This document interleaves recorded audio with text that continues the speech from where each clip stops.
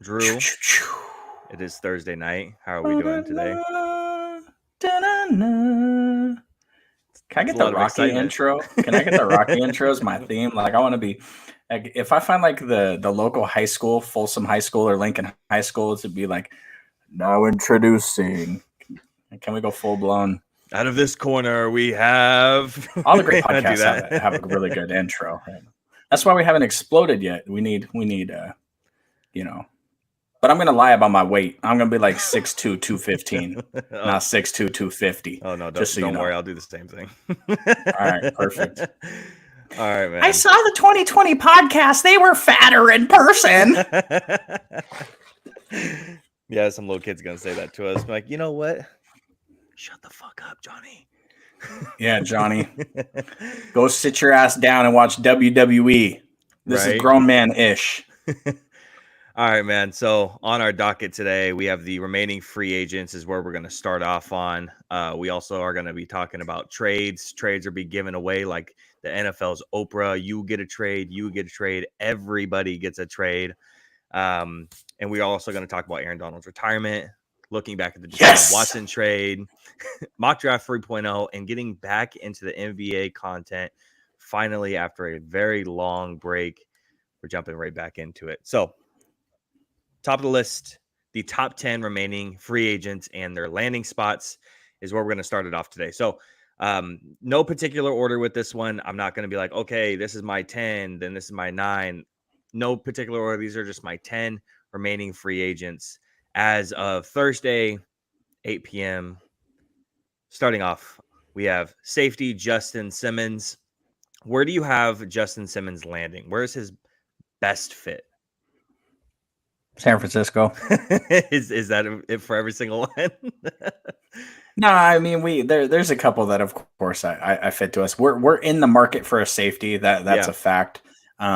I know I've seen him to the Colts and a couple other places, but Jair Brown was a rookie last year. He did really good, but I don't think he's ready to take in the spot, the step up. We lost Logan Ryan. He's back on the cruise ship. And Hufanga is still coming back from a knee injury. You don't know how he's going to bounce back. And even if he does bounce back, having someone like Justin Simmons around, he's not a 33 or 34-year-old safety. He's not going to come at a huge cost. And obviously he's not signed this late into the offseason, like the season starts tomorrow or something crazy. But I just, as a diehard 49er fan, and his podcast 50% stands the Niners, I would like to see Justin Simmons in the red and gold this year. I think he would be a big step forward for us. So how I did this is I tried to, with some of these free agents that are remaining, there wasn't an estimated contract because some of these guys are cap casualties, right? Like Justin Simmons, right? Who are the other ones? Like J.K. Dobbins. Some of those guys they don't have an exact number attached to them. So with Justin Simmons, I tried to guesstimate roughly how much he would make, and then also try to find guys or teams that would fit very specifically this type of player.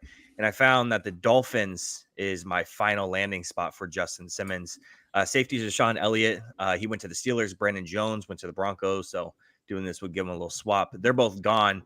And then Javon Holland is in his last year of his deal. So you're not sure where that is going to go. So honestly, I see Justin Simmons probably signing a 1, maybe 2-year deal, especially if he's waiting this out. I could see it a bigger deal for 1 year, at least bigger for a safety in the very least. Miami wants to win now. They're not wanting to win in a couple of years. So, exactly. Good luck. But that's what they want to do. So signing a guy like Justin Simmons is going to, at least they think it's going to elevate them into that position. So a 1-year deal for a really good safety is probably where we're sitting with Justin Simmons. And then next we have Stephon Gilmore. I'll go ahead and take this one first. I have the Eagles. They desperately need to rehaul their secondary. And with some of these, you could say, hey, we have the draft. We can go in and draft a corner. Drafting, you don't want to rely on the draft. You want to have options available to you. So rehauling your secondary and bringing a guy like Stephon Gilmore, Bradley Roby is a free agent. Slot corner Avonte Maddox is got released. Now you have Keely Ringo and then a bunch of old guys, right, who get burned outside of Slay, who's playing at a decent level, but Bradbury's just not a good player anymore. He just got absolutely cooked and torched all year. Having another guy on the outside and maybe being able to walk away from a contract is maybe the right decision for the Eagles, because they walk away from bad deals all the time. They sign big names. It doesn't work out. They cut them pretty quick, and they move on to the next thing. Where do you have Stephon Gilmore going? I would love, honestly, I don't know how likely this is, but I'd love to see him re-sign with the Patriots. I think that he fits what they're doing over there and also can mentor a young Christian Gonzalez. And I just kind of love the idea of that. You know, I love Christian Gonzalez. I've been on him since day one. I thought he had a really strong case at defensive rookie of the year, even with the injury. And I think he's a surefire. I don't know if he's Sauce. I don't know if he's Patrick Surtain. What do they call that guy? P2. You know, I don't know if he's those two quite yet, but I just think if you want a surefire guy, and that's what Christian Gonzalez is, and then you bring Stephon Gilmore. I honestly wouldn't rule out the fact that if he signs late in free agency with back with the Cowboys either, because you know, Diggs is still coming off the injury, but I would really like to see him at the Patriots as that in that mentor role. I think he's at the point in his career where he's going to start signing those 1-year deals, a la Darrelle Revis, and I just think that he was really good for the Patriots, so I think that can make some sense. Yeah, definitely. I do think that there's been reports coming out that there is mutual interest there, so it's definitely a possibility that can happen. Now, moving on to the running back position, we have J.K. Dobbins up. You go ahead first on this one. Where do you have J.K. Dobbins landing? I have to be honest with you. I tried to do a little research on all of this to make more of a nuanced take as opposed to shooting from the hip, and I got through about half. And I did some really good notes on a lot of these guys. But for J.K. Dobbins, I literally just wrote J.K. Dobbins, Cowboys, duh. Yeah. So I guess that was my thought process at the time. Like that. The biggest running back need in the NFL right now is the Cowboys. I don't think they have anybody on the roster. And like you mentioned I know you're going to tell me about the Deuce Vaughn or the Turpin or whatever the hell you guys call him, but let's be honest. And you mentioned at the top of this that the draft isn't where you go to fill a super big need. Now, the two running backs at the top of the draft, they're not first round guys, but they are multi-talented guys in the run game and passing game. So I think that could fill a hole, but you also don't want to rely on a rookie to be, if you sign J.K. Dobbins and you draft the rookie and the rookie blazes in camp and looks great, everybody's happy, right? But if you sign the rookie, put those expectations on him, and then, you know, a hamstring strain or something, where are you at now? I mean, honestly, if you guys sign J.K. Dobbins and you draft a rookie, I still think you need to sign someone else also. Like, you need another guy, because these injuries happen, especially with J.K. Dobbins. So I think I'm honestly surprised he hasn't signed with the Cowboys already, to be honest with you. Yeah, this is spoiler alert. This is the only Cowboy spot that I had. A lot of these needs that we have with a lot of these players, it's like, oh yeah, the Cowboys can sign them. But then again, I'm going down the cap space, and I'm like, we just don't have the cap space for some of these guys. You just can't do it. Sorry, moving on. But J.K. Dobbins is one of the ones where we can land him. Obviously, running back is a major hole. Tony Pollard going to the Titans. Rico Dowdle going ahead and re-signing with us. So we have Deuce Vaughn, Rico Dowdle. They're the only healthy running backs on the squad at this point. So bringing, just like you said, J.K. Dobbins, maybe drafting a guy. I'm a huge Trey Benson guy. Other guys want Jonathan Brooks, Blake Corum. He's probably a Charger, but you know, so JK is a Cowboy in my mind. At least I hope so. Now moving on to my favorite position, as Drew would put it, the interior offensive line. Connor Williams, I have him going to the Broncos. Connor Williams played center and has played center for the past couple of years, and the Broncos have a hole now with Lloyd Cushenberry leaving in free agency. Connor Williams hasn't signed yet, and I think that the Broncos could probably get him on a cheaper deal, especially since he has been a little injury prone in the past. Get him on a cheaper deal, plug him in for a hole for whatever quarterback is coming in. I think that's probably a pretty good landing spot for him. Where do you have Mr. Williams landing? Where do you think? Is it the Niners? Spoiler alert, this is my last Niners pick for this. I just think it makes a ton of sense. He's not a ton of money. Offensive line is our biggest area of concern right now. That's where everybody thinks we're going with our first pick, a Tyler Guyton or a Jackson Powers, or the the kid from Arizona State. I'm so terrible with names, but I always remember the colleges. I don't know if that's Jordan just Morgan. me or if you're like that also. Thank you. But I'm just like, oh yeah, that dude from went there and he went there and he went there. Maybe it's because they don't play in college very long, so you just kind of remember them briefly like that. But and I just don't really want the 49ers to get wonky and pull the Patriots and draft like a Cole Strange in the second round way too early when they're not ready. Yeah. So if we signed a player like this and slotted him in at center, we already brought back our center from last year, John Feliciano, who was really good. And great then teammate. With your first overall pick, you can start doing you can start looking at corner there. Diamador Lenore is going to need an extension. Mooney Ward is coming up, et cetera, et cetera. So if you fill this role in free agency with a full-time player, then you don't have to rely on a rookie. And I'm not exactly sure how much I love relying on a rookie on the offensive line anyway, if it's not one of these top 5 guys. Now, there could be some things that are happening. You see some I really only think that you see offensive line rookies play a major role on teams if they're really either the line's really struggling and that's a major hole, or it's not a very good team, right? You look at the teams that drafted offensive linemen high last year. They're not very good teams, right? The Steelers, the Bears, those guys don't have very good teams. And if a rookie does play a ton, it's because they have an injury on that line that forces them into that spot. Like a Tyler Smith. And that's generally not a player that goes. That's not a player that goes at 31. You know what I mean? Right. And I know you didn't love the pick when the Cowboys did that, but I'm a firm believer. We argued all week. I sent you a bunch of stats all week on the Rams and their offensive guards, but I'm just a firm believer that you can find a starting guard in the 4th or 5th round right now if you find a guy that fits your scheme. So I would really like the 49ers to take a peek at this and see if it can make some sense for them. But I don't disagree with the Broncos either. That was a good idea. That's a good landing spot for him. Next, we do have Jadeveon Clowney. You go ahead and take the reins on this one first. Where is Mr. Clowney going? Probably another 1-year deal somewhere.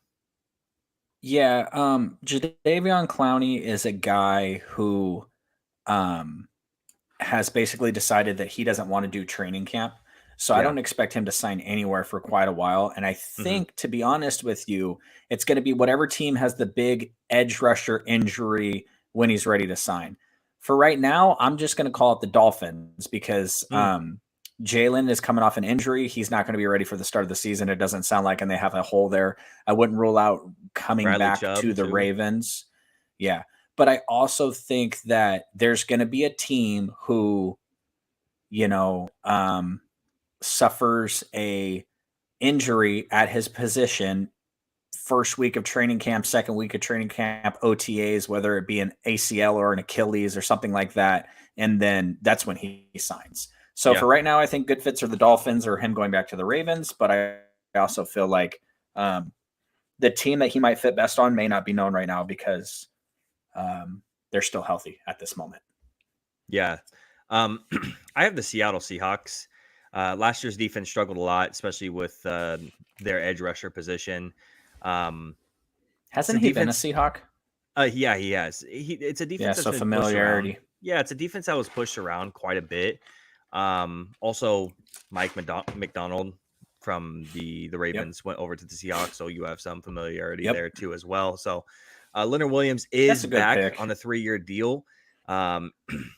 So you do also have Mike Morris coming out of last year's draft. Boye Mafe, who I was a big fan of coming out. Super athletic. He's just not a big power guy. Again, this defensive line got pushed around a lot last year. And I think a guy like Clowney coming in, again, it's a competitive team, wants to make the playoffs in a very competitive division. You have the Niners, you have the Rams, you have the Seahawks, and the Cardinals, I guess, if you want to name them. It's a competitive division, and bringing on Clowney to go against those division opponents is going to be very important for them. So I have Clowney going to the Seahawks. But I agree with you, everything you said about him signing late, 1-year deal, someone getting injured potentially.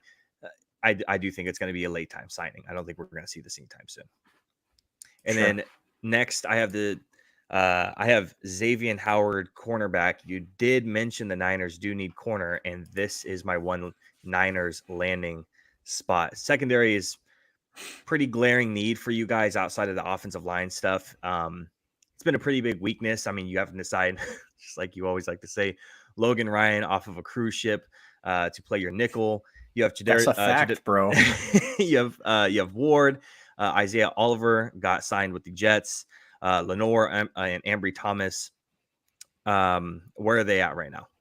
Where's Lenore and Thomas? Lenore's the other outside guy. He's gonna get paid. He played really, really well last year. He stepped up in a big way. Ambry Thomas is our slot guy. He's improved a lot, but not enough to where you just pencil him in at that position going forward. That's why we signed Isaiah Oliver in the offseason last year. Obviously, he didn't pan out. The Jets have signed him to play safety. So if I'm not mistaken, those guys are going to be up for contract after next year. So maybe getting on Xavier with Howard more than a 1-year deal might be a good idea. Maybe a 2, so you don't have to worry about multiple corners at the end of this next year. So could end up filling a hole not just for this year, but for the future as well. So that's why I have Xavier Howard going. Yeah, the Rams have cornerback depth issues just like the 49ers do. Yeah. But I kind of like the idea of, hear me out here, it's not a need currently, but there's a team that just won the Super Bowl that has a corner on the franchise tag that they may be looking to move, and then they'd have a pretty glaring hole at corner themselves. So I think if you can flip L'Jarius Sneed for draft picks and compensation and things like that, and then sign Xavier Howard to come in and play, especially with a Trent McDuffie and everything you got going over there. The Chiefs won the Super Bowl this year because that defense was amazing, and so I just don't think. There's nothing they've done on offense. I know Hollywood Brown is cool and all that other stuff, but there's nothing they've done on offense that impresses me enough to where I think that their defense can take a step back. I think they need to continue on that defensive push. And if they want to get back into the Super Bowl contention next year, I think that could be a good fit for them. Do you get a first-round pick for L'Jarius Sneed? That's a great question. I don't think you do with this draft because of how deep the class is. There's corners everywhere. Yep. So why would you trade that first round pick for L'Jarius Sneed and have to pay him when you can just go get? I mean, I texted you. Kool-Aid ran a blazing fast 40 with a Jones fracture in his foot, and he's slated in the back half of the 30s. You know what I mean? Yeah. That doesn't mean not the second. I think you could easily just swap L'Jarius Sneed for like, I don't know. I mean, if it was you look at the level. If it was a different draft, he's first round pick worthy. He's first round pick worthy. I'm with you on that. But to give up that first round pick and pay him when the guys are there anyway, you know what I mean? Like Kool-Aid's there, Cooper DeJean is there. There's players that are there, and it just NFL teams think of it that way. You know, you trade DeForest Buckner to draft a Javon Kinlaw just because of the money. So, you know, it's just one of those situations where I don't know. I mean, the way the Chiefs are built right now, if you can sign an Xavier Howard to be your number 2 and you can swap L'Jarius for like a third, you know, a fourth this year and a first next year, something like that, maybe that makes sense. I don't know, but they can also pay him on the franchise tag. That's all guaranteed money, so they could just pay him and keep him this year. You know, it's true. It's a tough situation because I feel like I know the T. Higgins stuff is looming as well about trade. I think T. Higgins actually might stay this year in Cincinnati. I don't know if Sneed is going to stay in Kansas City though. It feels like Kansas City, and the rumors that are going around is Kansas City is actively shopping the corner for the Chiefs, obviously L'Jarius Sneed. So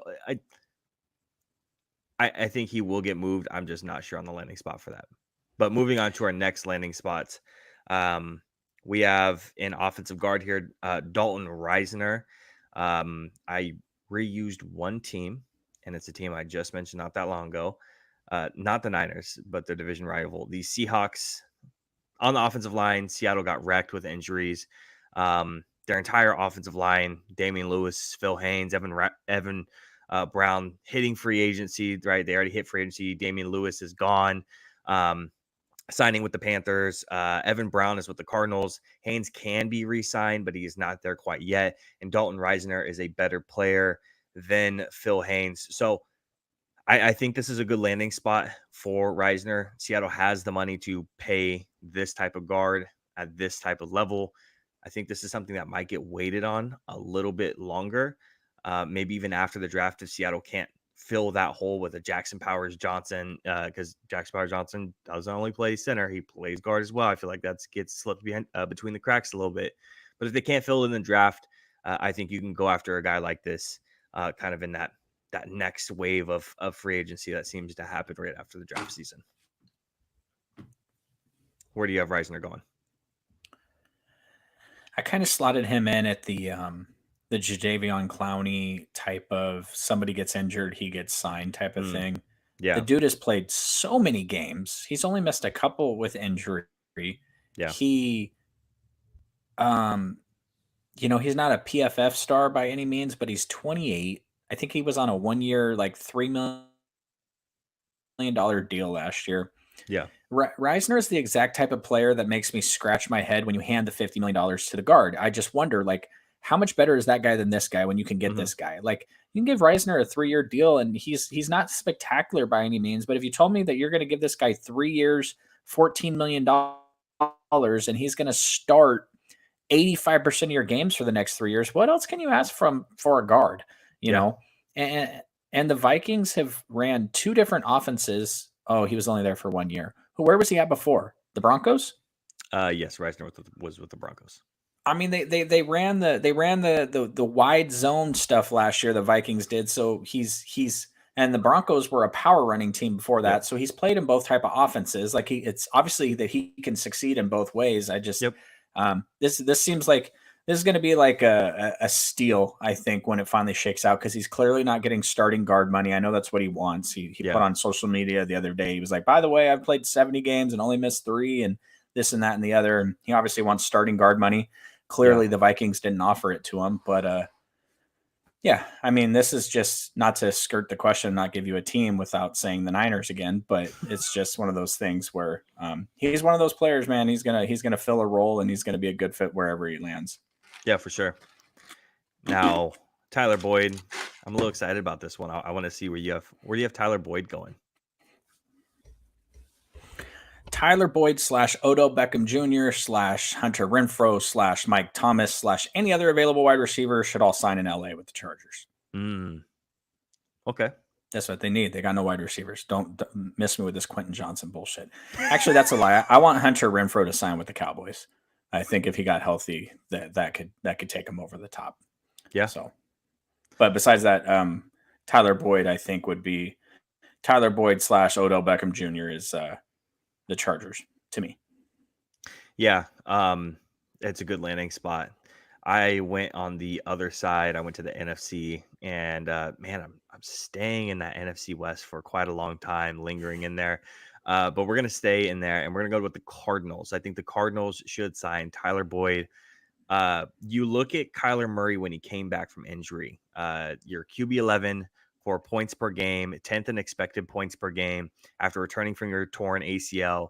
Much of the production came from rushing, which obviously coming off of a torn ACL is pretty impressive. But you look at the wide receivers and the talent that's around him going into next year, excluding the potential Marvin Harrison Jr. Second year wide receiver Michael Wilson, who had a good rookie year, but that's not a guy that you're coming in to step in as a 1. You have tight end Trey McBride, another good target, but we're not talking about a guy. We're not talking about Travis Kelce. We're not talking about a George Kittle or a Mark Andrews. We're talking about Trey McBride. They need something else, right? So Tyler Boyd coming in, and then you draft a rookie wide receiver. Again, a Marvin Harrison Jr., Malik Neighbors, Rome Odunze, depending on how the draft shakes out, you get another guy in there. Kyler can be successful. I am a believer in Kyler Murray. Not everybody is. I think he'll be way more successful this year with a healthy season. No Cliff Kingsbury. I'm not a Cliff Kingsbury guy at all. Unsuccessful offense. He's piss poor. This is where I want Tyler Boyd to go. So moving on to an edge rusher, I have Kyle Van Noy slotted in to go to the Bears. The Bears finished second fewest in sacks and is PFF's Wow, the rich get 32nd richer, huh? ranked, 32nd ranked pass rush.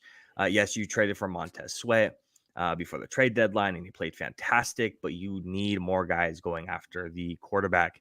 What this does for you is it opens up options at that 9th pick. You want to trade out of it? Congratulations, you can. You want to drive for wide receiver? Congratulations, you brought in Kyle Van Noy to push the can down the road a little bit further. Or if you still want to go with an edge rusher, you still can. Kyle Van Noy's not stopping me. So I like Kyle Van Noy to the Bears to bolster up that defensive line a little bit.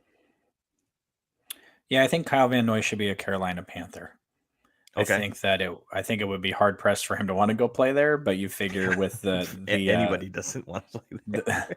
I mean, they have the biggest needs. You know what I mean? When you talk about they lost their linebacker,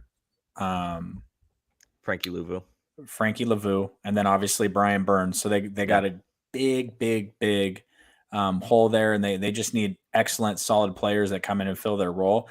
But then there was another one that I was thinking about, and it was actually with Minnesota and the Vikings, because he has played for Brian Flores before. And I thought that, anytime you're a player that's kind of, I feel like this is the 4th year in a row he's been released from his contract. He was with the Patriots. I think he was with the Miami Dolphins at one point. So when you're a player that's kind of trying to gain some footing, I think he might have been with the Dolphins twice, to be honest with you. My memory could be failing me there, but going to somewhere where you're familiar, or maybe go to Carolina and you get a little bit more money than expected, and you ball out because there ain't nothing else out there. That's there's 2 options there. I think that it would be good for him to, as I've said a couple of times now, wait to just kind of see what happens. Wait for a team to get a little bit more desperate. And then maybe pounce on a team's desperation. Yeah, definitely. And our last guy that you're going to take first is Steven Nelson, Mr. Slot Corner himself. Where is he going to end up? Yeah. Not the Niners. No, I think that kind of like you mentioned this team earlier, the Philadelphia Eagles make some sense to me. And that's kind of where I see him slotted in. Weirdly, when I was like researching him up a little bit, I saw him linked in like 2 or 3 articles to the Cowboys, and I was just like, that's interesting because they seem like they have a lot of corners. I don't know about your slot corner at all, but we brought back Jordan Lewis, and then obviously Deron Bland can play in the slot, depending on what we go with, in the draft. But yeah. So yeah, I mean, I think the Eagles need any defensive help they can get. I know everybody's slurping them up because they signed Saquon Barkley, but I'm not all that impressed because this is still the team that's entire offense collapsed last year and their defense couldn't stop anybody. So, yep. And I have the Chargers. Asante Samuel obviously is their shoe-in for CB1, and he's a fantastic player. Everything else needs to go. I don't care what's in that secondary.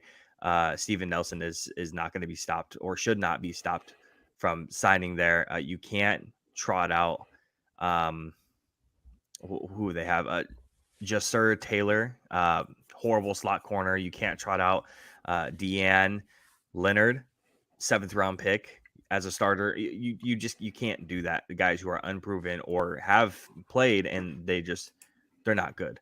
So Steven Nelson to the Chargers feels like the fit to me, especially with John Harbaugh is building that team in a very interesting way. It should be very defense oriented. They're getting rid of all their wide receivers, and then should be bolstering up that line, almost like he's trying to build Michigan in the NFL. I don't know how successful that's going to be, but Blake Corum's a beast, bro. Next we have the trades, dude. Oh my gosh.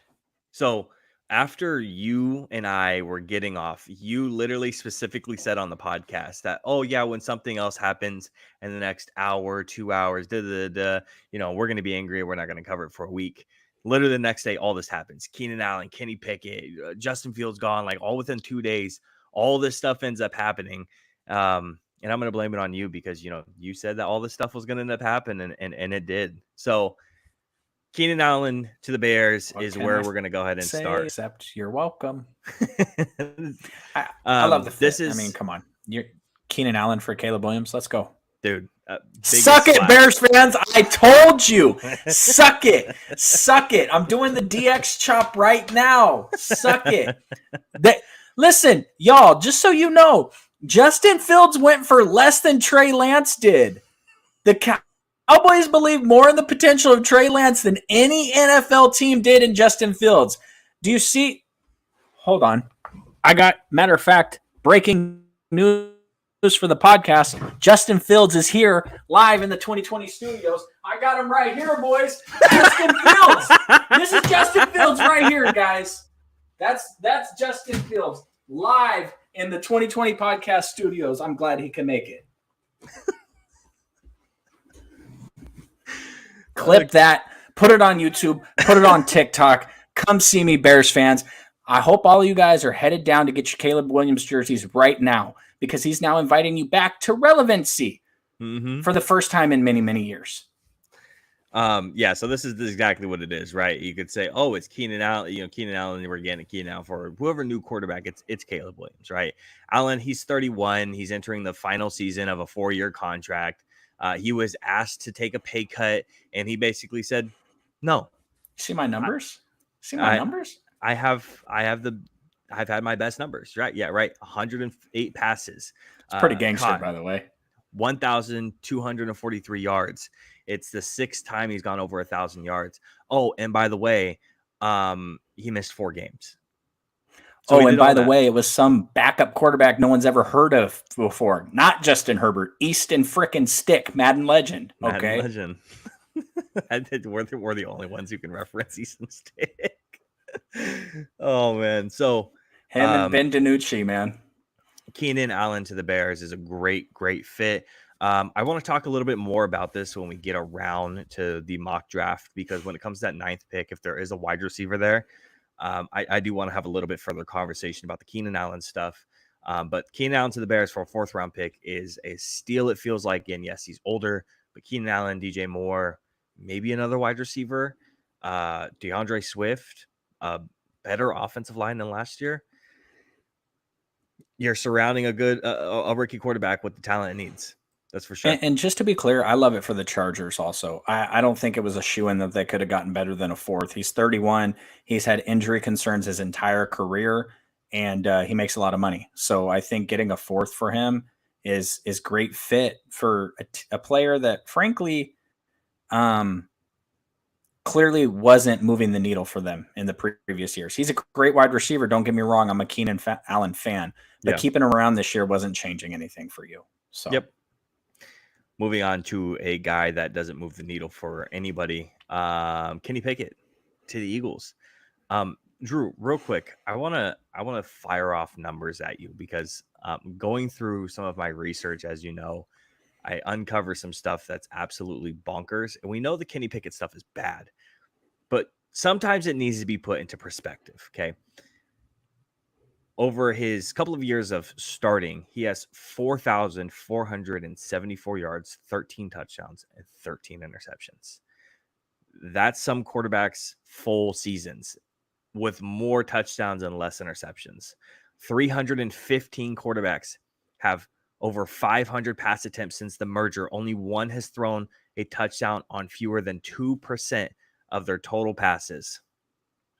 Kenny Pickett with 1.9%. 1.9% of his passes are touchdowns. Again, he's the only one. In the last 20 years, Kenny Pickett has the fewest touchdowns of any starting quarterback when compared to his stats. Other notable quarterbacks with more passing touchdowns than Kenny Pickett since the start of last season, not just this season, start of last season. Davis Mills, who didn't play this year. Marcus Mariota, who didn't play this year. Matt Ryan, who's retired. So you have a couple of guys. Yeah, kind of. You have a couple of guys who did not play this year at all, and a guy who's retired. who have more. How many did passing Joe touchdowns. Flacco throw this year? I think he threw 7 or 8. And that was like in 6 games or something? Yeah. Yeah, which I think Kenny Pickett he was 6-4. He has 6 touchdown passes with 4 picks. So my man Kenny is literally just afraid to throw the football. It's actually quite impressive that he threw that many passes that he only had 13 picks with how bad he is. But frankly, if the ball needed to travel more than 2 yards down the field, my man had a worse ADOT than Jimmy Garoppolo, and that's hard to do because Jimmy don't throw the ball downfield. Yep. Kenny Pickett had 6 touchdown passes, dude. The Dallas Cowboys defense and special teams also had 6 passes. Wait, hold on, please hold for the podcast. How many touchdowns did DaRon Bland have last year? He had 7. 6, Was that the record? Yeah, 7 pick sixes. Actually. And how many did Kenny Pickett have? 6. All right, DaRon Bland for starting QB for the Steelers. I love it. Tommy DeVito threw 3 touchdown passes in a game. Kenny Pickett, over his last 7 games that he started, threw 2 touchdown passes. Just again, put in perspective. Tommy DeVito now has more career games with multiple passing touchdowns than Kenny Pickett. Not afraid to throw the football. Kenny Pickett has more time to throw than the league average, and yet is below league average in every advanced stat except his inaccuracy rate, which is he ranks higher than league average. And I could keep going, looking at the Mason Rudolph in 2019 in 10 games and Kenny Pickett this year in 10 games. It's not even close. Mason Rudolph has more touchdowns, a little bit more interceptions, but a better passer rating, more yards per game. Why he was trotted out there, but it's not just the statistics. His attitude sucked. I don't know how much you knew about all this stuff. He did not get taking benched well at all. He denied being dressing for a third quarterback, and it was week 17. He did not want to dress. He was not going to dress, and he did not take the Russell Wilson trade good at all. So he tried to play it off like it was fine. Oh, this is the direction we're going. His attitude sucks. And he goes to a team that he's guaranteed a number 2 spot. You're going to be a number 2 anyways before the Justin Fields trade. Then you were going to be number 3, and now you're going to be a 2 behind Jalen Hurts. So, yeah, I mean, at least in this case, Jalen has a proficiency at getting injured, and I think the Eagles are kind of questioning that quarterback decision anyway.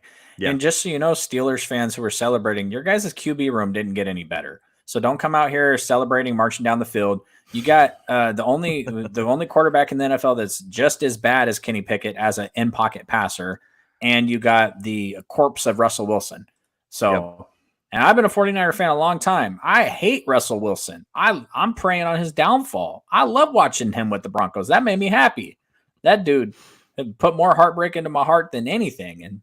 And hey, did you see Malcolm Butler at the Boston Celtics game the other night? And him getting a standing ovation. Standing ovation. Yep. Shout out to the Boston fans for knowing who Malcolm Butler is by his face, because they panned to him before they even put up the little thing with his name. The whole, TD Gardens, I think they call it. The whole arena started freaking the hell out because of that. I was like, everybody knows that Boston fans, except for the ones that live in California, are awesome fans. And that was just legit. Like, I was because, Malcolm Butler's had an up and down career. I mean, he that was his defining moment of his career. And he's just sitting there hanging out with your boy, Paul Pierce. And that I bet, honestly, he probably wouldn't tell you, but I bet that was I bet he loved that. Oh, I'm sure. Yeah. Good for him. Fuck Paul Pierce. Anyways,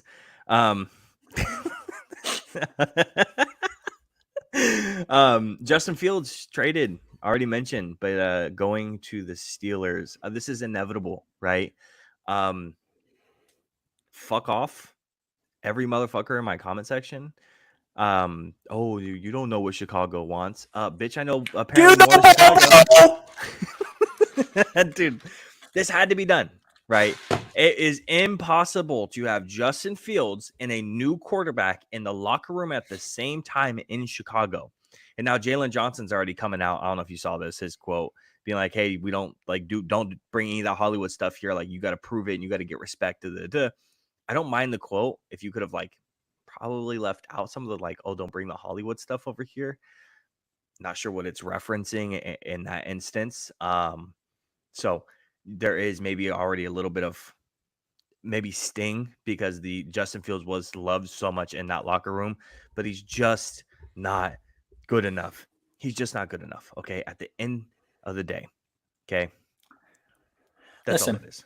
Caleb Williams might be a bust. Who knows? He might be the next Andrew Luck. Who knows? But he's the number 1 overall pick. He's been anointed that for 2 years. The dude is an amazing thrower of the football. And here's the fact. He's coming with all the pomp and circumstance a franchise savior is ever going to come with.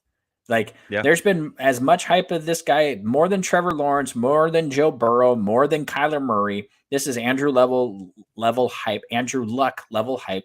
Yeah. And they got a team set up for him to succeed. That's what's crazy. The defense, ferocious. The offensive weapons, impressive, way more impressive than they've been in many, many years, except for that contract they handed to their running back. Again, Chicago Bears fans trying to justify every damn thing they did. I swear they could sign. Who is just super. I don't know. I'm not even going to go there on this podcast, actually. But the Bears fans would think it was great. Mm-hmm. Whatever the worst NBA player, the worst NFL player, the most controversial NFL player, or I'll text you once we get. If you remind me the name that popped in my head, a certain safety that's going to jail for his bad deeds he did against women. That's the name that popped in my mind. So, just they could do like anything at this point. The Bears fans would think it was the most amazing thing in the world. But the crazy thing is they brought up that defense. They got rid of Justin Fields, their running back, and quarterback. Sorry, I apologize. And Caleb's coming. Yeah. He's officially a plus 1,000 favorite. It's going to happen. It's basically done at this point. And let's go Bears. Bear down, baby. To the Justin Fields fans, let me talk to you for a second. All 3 of you. Incredible athlete, right? He has a good size, good work ethic. He seems to be really good in the community. Teammates follow his lead, great in the locker room. This year, his QBR was down 12 points from last year, 44.7. Fields' fourth quarter passer rating, 50.1, putting him near the bottom of the NFL with Jameis Winston, Trevor Siemian, Bailey Zappi. 6 fourth quarter interceptions, tied for league worst.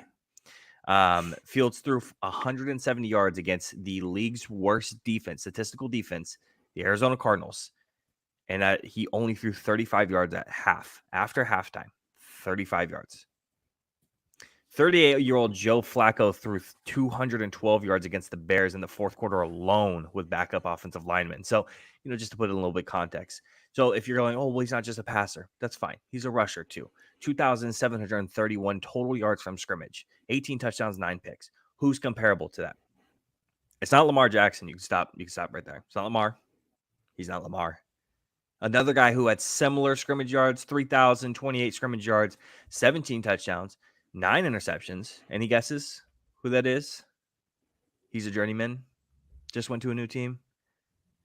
Mr. Gardner Minshew himself. That's who he's comparable to this year. So, again, he only... And just to be clear, if you ask 32 NFL teams, they would all take Gardner Minshew over Justin Fields. He has thrown 39 touchdowns in his career. Lamar Jackson threw for 36 in his second season. Blake Bortles threw for 35 in a season.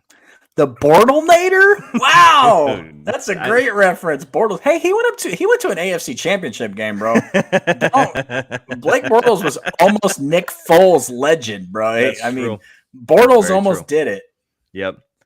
So, again, get over it. You should be rejoicing that a number 1 overall pick, a quarterback, is coming in and taking over the helm and restarting that quarterback market that you could go out and you can trade and you can sign for these guys. That's the only reason you can go out and do this stuff. Not even your guys' pick. That's the thing. It's not your pick. It's the Panthers' pick. Yep. Like, you get to restart your franchise for free. It cost you nothing.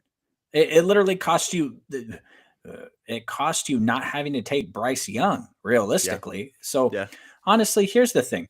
If you're a Chicago Bear fan and you're listening to this, and you're really disappointed that your team lost Justin Fields. And I'm going to scale it back a little bit because I know about him as a man. And Justin Fields has been an excellent representation of Chicago Bears football. He's been an excellent rep for the league, all that stuff. He's probably going to beat out Russell Wilson, and he'll be the starter over there. He'll have a shot. Yeah. But your front office identified that Bryce Young was not the answer and got out of the ability to draft that player. Now they've decided that Justin Fields is not the answer.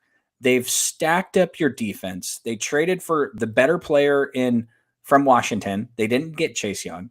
They re-signed Jalen Johnson. They got Keenan Allen for a fourth. Your guys' front office is knocking it out of the park, and they've identified the next franchise quarterback for the Chicago Bears, whether it's Jaden Daniels or Caleb Williams or Drake May. We're going to find out live together on this podcast. Oh, yeah. They've identified a new franchise cornerstone for you guys, and you have to understand that they're fucking killing it right now. Yep. So you need to just get on board with it, because whatever franchise player the Chicago Bears have identified, you got to trust them, because they have not misstepped in this whole process. Yep. Shout out to them. They're killing it right now. Yep. Be grateful for your front office, you bitch. You can be a Cowboys fan. You can have an 85-year-old senile man who's, we're going big this year. And they ain't done shit. They stole Eric Kendricks from the 49ers and they signed their long snapper, and that's it. Yeah, we're going to go big this year. We're going to, I'm sorry. I didn't mean in free agency. I meant we're getting a bigger Jumbotron for Jerry's Palace. I'm just saying, like, you could have him. You could be the Panthers, but you're not. You're the Chicago Bears, and the Chicago Bears have been trashed for like 30 years. So shout out to you guys for sticking around. It's now your time. You guys are on the rise. Kind of sucks that the Packers are freaking legit and they might be mainstays for a couple of years, because those are going to be some battles. But hey, Chicago Bears are relevant again, and whatever decision you guys make during draft night, you have to support it. Yep. And if the number 9 pick comes up and all of a sudden it's not the Bears on the clock anymore, then you have to support it, because they're just killing it right now, and you just need to support it. Yeah. Now, you want to more cover the Vikings and Texans stuff once we get to the mock? We could just quickly glaze over it once we get there. I mean, because I need a 25-second break. Okay.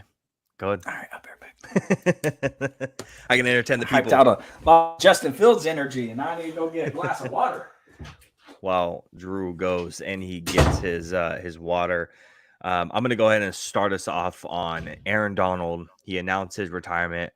We're looking at one of the best defensive tackles, if not the best defensive tackle, one of the best defensive players of all time. This type of dominance has not been seen. J.J. Watt. Right. He was very good for a very long time. If you take J.J. Watt and you made him healthy for his entire career, this is the type of dominance that you get. I hate to do it. Lawrence Taylor type dominance for his entire career, right? 10 years of dominance, right? Dominating offenses, 3 NFL Defensive Player of the Year awards, tied for most in NFL history. He has a Super Bowl ring. That was his last thing that he needed. Getting a win against the Bengals a couple of years ago. That's the last box he just had to check on his way out the door. He's in a Hall of Famer at this point, right? Drafted 13th overall out of Pitt, the St. Louis Rams at this point. In 2014, drafted him. Aaron Donald went out to set the franchise record with 111 career sacks. He was selected to the Pro Bowl in all 10 of his NFL seasons, and he was named first team All-Pro in 8 of those 10 seasons that he was in the league. Donald also won 2014 Defensive Rookie of the Year. It's also Drew's favorite player of all time, Aaron Donald. Donald was one of 2 defensive players since the 1970 AFL-NFL merger to earn Pro Bowl selections in each of the first 10 seasons. Again, if you don't like the Pro Bowl stuff, once again, 8 All-Pro selections. The only other player who did the Pro Bowl selections for 10 years, Lawrence Taylor. Already talked about him a little bit. Aaron Donald and Barry Sanders are the only NFL players in NFL history to play at least 10 seasons and get selected to Pro Bowl in each season. Sanders also played for 10 seasons and retired promptly after that. Over the last 5 years, we're talking about unprecedented dominance. Donald was double teamed a league high of 1,510 times as a pass rusher, 135 more than any other player. He beat 186 of those within 2.5 seconds, 51 more than any other player. Chris Jones is second with 135. Again, over the past 5 years, we're talking about advanced stats. The NFL average pass rush win rate for single pass blocker was 17%. Donald posted an 18% pass rush win rate against double teams in that span. So one of the best NFL players, defensive players, if not one of the best, not the best defensive tackle of all time, retiring. Drew watched a whole lot more than Aaron Donald than I did, though. I'm going to go ahead and let him take it away for a little bit. You know what's crazy about Aaron Donald is he never really had a good game against the 49ers. Yeah. The 49ers were so threatened by Aaron Donald that they completely schemed away from him and would just do the most outrageous. That's where the Deebo Samuel pop passes even began, because Aaron Donald was so outrageous. But in the 49ers, in the Rams hunt to put a ring on that finger to win a Super Bowl, I think he ended all of their playoff games leading up to the Super Bowl with a sack of the opposing quarterback. He damn near ripped Jimmy Garoppolo's arm out of his socket and threw him to the ground, and Jimmy threw it backwards somewhere, and it's haunted me to this day. And I think it was a play the week before that. Was it the Cowboys that he sacked Dak Prescott to end the game? Yeah. And it was like 3 straight games in a row where his hands on the quarterback ended the game and put them into the Super Bowl. Jaquiski Tartt dropped interception notwithstanding. So Aaron Donald is about as, he's not Tom Brady, so forgive me for the comparison. I get it. But we don't need to wait 5 years to put Aaron Donald in the Hall of Fame. We don't need to do any of that. There's not going to be any super sad, God, I love the video of that dude. I forget his name, the big guy in the jacket, and he rolls up Jimmy Johnson on stage. Basically he knows he's about to get inducted into the Hall of Fame, and his lip starts quivering and he's sad. And he looks at all his, cause he's on that TV show with all 6 of them. And he's on Fox. This just ain't right. You can't do this to me. And they did the same thing to Bill Cowher. Bill Cowher started crying on live TV. Aaron Donald ain't going to be crying on live TV. I mean, he might, but he already knows it's coming. Thank you, bro. I got you. Yeah, thank you. Give me my gold jacket, measure my face, get my thing in there. That's cool. Aaron Donald's not just not a Hall of Famer. In 10 years, when this podcast is doing millions of views, we can sit back and we can rank him as where he stands as one of the best all-time defenders in National Football League history, and he will be on that list. So thank God he's gone. I love that. Congratulations on your retirement, Aaron Donald. Please let me know where to send you your favorite bottle of alcohol so you no longer torment the 49ers any longer. It was cool to see him in his last year too. And if you look at, he still had 10 sacks, I believe, if I'm not remembering that right. 10 sacks. So he still had double-digit sacks in his last year. And he wanted to retire, right? There was talks of him retiring after the Super Bowl, and then he comes back and he wants to still make a run. And it's talked about and it's heavily detailed, and you can go look it up with how much these guys, Kobe Turner and Brian Young, how much these young pass rushers, these defensive tackles, rejuvenated him for his last year. Sean McVay talked about how Kobe Turner went and he sacked Joe Flacco. Right after that, Aaron Donald and both Kobe Turner sacked and gave Joe Flacco a safety. It was in one of the later week games, and Aaron Donald and Kobe Turner, literally, Aaron Donald wraps his arm around Kobe Turner, and Aaron Donald starts skipping, and so Kobe Turner starts skipping too. And Sean McVay said, I've never seen him so kind of just happy and embracing some of the guys like that. He's very much like an isolated guy, and him doing this is it's unprecedented. So it's cool to see him in his last year, at least get to enjoy himself a little bit. I don't know if you ever seen the clip of you ever see the clip of the offensive lineman go up to Aaron Donald on the sideline. He goes, tss, tss, tss. And Aaron Donald goes, "Get your fat ass away from me." And he goes, "Oh, my bad, I was playing." He never suits his own teammate. Yeah. I haven't seen that one, but the video of Geno Smith, bro, where he like looks up and realizes Aaron Donald's coming down the middle of the line, and he's like, "Ah!" And he throws the ball away. I think he's actually like, "Oh shit!" And then he like hucks the ball because he's about to get mashed by Aaron Donald. That's just so funny. And that was picked up by the TV cam. That wasn't even like a Let me ask you this. How much would you pay? How much would you pay for the full unreleased mic'd up footage? You know what I mean? Like just nothing's edited, nothing's like if you could just, you know what I'm saying? Like like dudes like George Kittle and like Chad Ochocinco back in the day, if you could just have it, like everything that was said. Come on, we're all adults. Like we watch rated R movies. Like let's just hear it. Plus already costs $5 a month.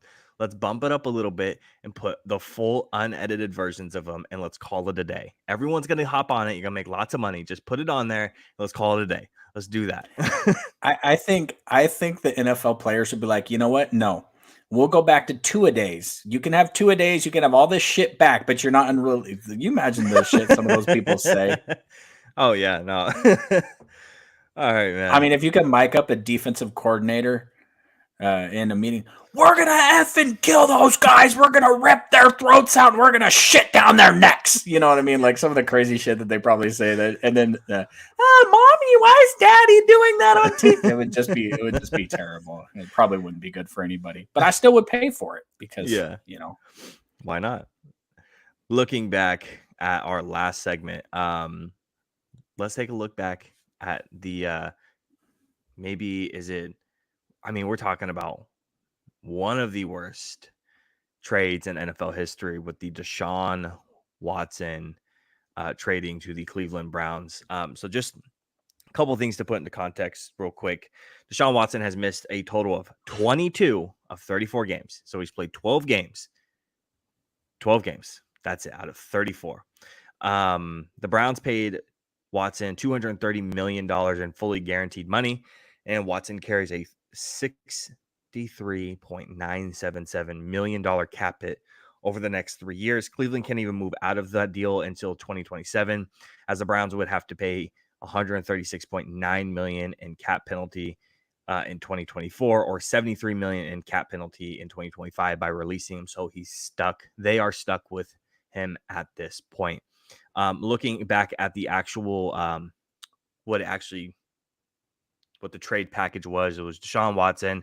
Houston Texans ended up getting a first round picks in 2022, 23, 24, along with a 2023 third round pick, fourth round pick. And the Texans also sent the Browns a 2024 fifth round pick. So in this next draft, what those players actually turned into through trades and moving stuff around, these picks did not just stay. We're talking about they have a pick, right? So their original pick was pick 13. Well, they ended up moving that pick around because the Eagles wanted to move up. So they ended up getting the 124th, 163rd, 166 overall selections in that draft originally. So what these players ended up turning into with this draft was Keon Green, their starting offensive guard, John Mechie, Christian Harris, a linebacker, Damian Pierce, Thomas Booker, Will Anderson, Tank Dell, Xavier Hutchinson, another first round pick that they have, obviously just recently traded that away to the Vikings. So getting more draft capital from this trade alone, and a third round pick as well. So, I mean, is this the worst trade in NFL history? Top 5, top 10? Worse in the past 5-6 years? I mean, where would you rank this in terms of how bad this trade ended up working out for the Browns? I'm not going to pretend that I was watching the NFL back in the day, so I'm going to go ahead and let the whole Herschel Walker to the Vikings trade that was been lauded as the worst trade in NFL history. I'm going to drop that down the list because I don't know anything about that, but this is the second worst trade in NFL history. And the first one happened. Is it Russell Wilson? It is, man. It is. Because the Seahawks got Devon Witherspoon and Mafe and one other player. And Deshaun Watson is still serviceable. He's going to have a bounce back season this year. It can't nearly be as bad as last year. Yeah. Russell Wilson got cut. Like, they paid that dude $89 million to go away. Like, Deshaun is still on the team. Yeah. You know what I mean? True. He still has a shot at this. So, but yeah, second worst trade in NFL history. And there's been some doozies. The Cowboys have made a couple trades, a couple times that were pretty bad. The 49ers traded away 3 first-round draft picks for Trey Lance. It's not actually true because they selected him with 1, but whatever. That's what everyone always reports. So, and just to be clear, we'll put this out there. One of those first-round picks that the 49ers traded away for Trey Lance became Micah Parsons. So, yikes. And now they're teammates. Yee! For another year or 2 until Micah leaves. All right, bro. Put that out in the universe. All right, Drew. Are you ready? Are you ready for Before we start this, can I ask you a question? Okay, let's go. Can you get into the top 10 of this draft with a first-round pick and a first-round pick in the 20s? Get in the top 10? Yes. Let me ask you this. If the 49ers traded Brandon Ayuk away for the 15th or 14th pick and then took their 31st pick and offered it to Chicago for their number 9 to take Adunze, could they get that done? Would the Bears take 16, 31, and a comp 4th for number 9? Is that enough? If it's the Bears, I think so. I think the Bears would, because there's talent. If you're looking for whether it's edge rusher, defensive line, cornerback, wide receiver, there's that talent at 20 and 31. It's there. Obviously, we're not talking about the level of Rome Odunze or maybe Byron Murphy's gone at that point, but you're still talking about quality guys who are going to be there, and now you can get 2 of them instead of just 1 of them. So I think so. I think it might be enough. All right. Mock Draft 3.0. Come on down. Come on down is right. So, Drew, I text you. You are going to handle the even numbers, and I will handle the odd numbers.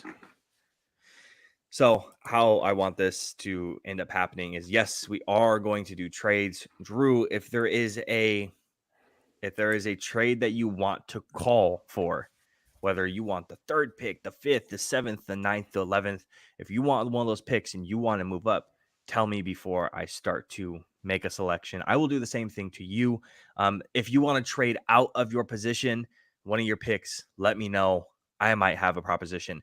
And now the other part of this as well is if you, let's say, you have the 4th overall, right? So if you have the 4th overall and you have the 12th, the 14th, whatever, and you want to trade up with that 14th or 16th or 18th pick, you can trade up because that is also your pick as well. So that's how the trades are going to work. If you want to make a trade with one of my picks, you got to call me. If I want one of your picks, I got to call you, vice versa. Okay. So I will handle the odd numbers. Drew, before we start, do we have any objections or clarifying questions before we jump right into this mock draft? It sounds, based off of the rundown that you just gave me, that you've done about 10 hours more of research on this than I did. Okay. So that's okay. I'm very excited. So first overall, we're going to go ahead and trade out of this. No, I'm just kidding. We're going to go ahead and we're going to go with Caleb Williams. Again, Chicago fans, rejoice. You can be sad at the moment for Justin Fields if you're a Justin Fields fan, but end up rejoicing for Caleb Williams. Cheer for the people that are on your team. Come on down. Now, second on the clock, we have the Washington Commanders football team, Redskins. Who are we going with here? Jayden Daniels. Jayden Daniels, LSU. Drew's been on this train. He's been on this horse. He's riding it into the sunset. I don't know how much I buy into this one, but Drew, you're really onto it. What's really pushing you for this Jayden Daniels 2nd overall? Their offensive coordinator.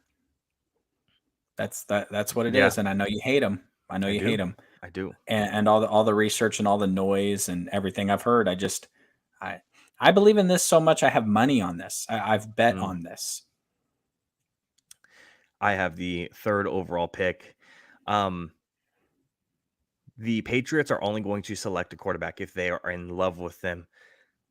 Patriots are pretty tight-lipped right now. There's not a lot of leaks that are coming out at the moment, so it's hard to really tell. At the moment, I'm going to say that they are not in love with the quarterback at the moment and that they want to build on what they have right now. And they're going to go ahead and take Marvin Harrison Jr. with that 3rd overall pick. Now, you do have the 4th overall pick. Drew, I want to make a phone call to you. We do have, Oof. I have the odd numbers. So I do have picks 11, and I do have pick 23 with the Minnesota Vikings. And Marvin Harrison Jr. isn't on the board anymore. So I would like to make a proposition to you. You still make the selection at 4th, but I would like to trade Minnesota Vikings to the Arizona Cardinals. Do you want to make this trade or you want to sit and make the selection here? So here's my thing with this, man. The Minnesota Vikings are going to take JJ McCarthy. That is Okay. who they've done their research on. Yep. You're going to go to number 4 to take JJ? It's a good question. Because now Drake May is sitting there, which I don't Yep. agree with, by the way. We've gone off the rails already. But I guess this is good because now I don't have to call you about the Minnesota Vikings trading up to number 5 with the Chargers to get JJ McCarthy. So I'm glad we're both on board with the Minnesota Vikings jumping into the top of this round to take their quarterback. However, as the Arizona Cardinals go, broken that Marvin Harrison just slipped through their fingers. I would be willing to accept a trade back to no longer pick in this spot because Marvin Harrison Jr. was a big answer here. And there's no surefire guy right here that makes sense for the Cardinals where they sit. Unless they're doing a draft day trade of Kyler Murray. Yeah. So here's what the trade compensation, obviously this isn't going to be super exact. This is what the trade compensation is going to be for me. We're going to go 11 and 23. Those picks are non-negotiable. They have to be in this trade regardless. You can't do the 11 and the first next year and first year after that. 11 and 23 have to be in this trade regardless. So 11 and 23 to the Arizona Cardinals, obviously for pick 4. And I'm going to throw in, I would like to throw in a second for 2025, but they don't have that second. So I'm going to go ahead and I'm going to throw in a 3rd, and I'm going to do a late round swap with them. So 177 for 186 in this draft, a 3rd next year, and the 2 first-round picks this year for the 4th overall. We're obviously questioning if 16 and 31 can get us to 9. So questioning whether 11 and 23 can get us to 4.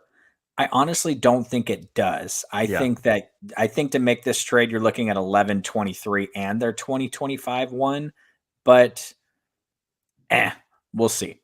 Yeah. And honestly, I kind of love that all for if you can get 11, 23 and 1 for the Cardinals to move down to 11, honestly, if you're the Cardinals here, who are you taking? You're going to take Neighbors, maybe you're going to take Odunze, maybe, or you're going to take the tackle. You can get the tackle at 11. So if that's where you're headed, brilliant. So good job to me for accepting the trade. So we do have the 4th overall pick. Drew, this is still yours. So we are going with JJ McCarthy in this spot. Well, you're making the trade, my man. So if you're making the trade, I think you should make the pick, to be honest with you. Who are you trading up for? It's not Drake May because they're not scouting this to think Drake May's there. So it has to be JJ, right? Yes. And with them going with private workouts with JJ McCarthy very recently, he's like one of the only quarterbacks that it's the only quarterback that they've had a private workout with. They're going specifically with JJ McCarthy in this one. Now, do I agree with this? I do not. This is not what I would do. This is just kind of like a predictive thing that can happen. We do have 2 other mock drafts up on the channel. Go check those out. Plugging it in. Mock draft 2.0, mock draft 1.0. One of them's Drew's, one of them's mine. Go check them out. You're not missing. You're missing out. One of them's better. So we have the 5th overall in this spot right here. We do have Malik Neighbors here. We have Rome Odunze. We have a tackle. I honestly think this could be a prime trade out spot. Because there is still a quarterback sitting here. And I think that the New York Giants are going to get a little antsy here, and they might want to take a Drake May if he falls.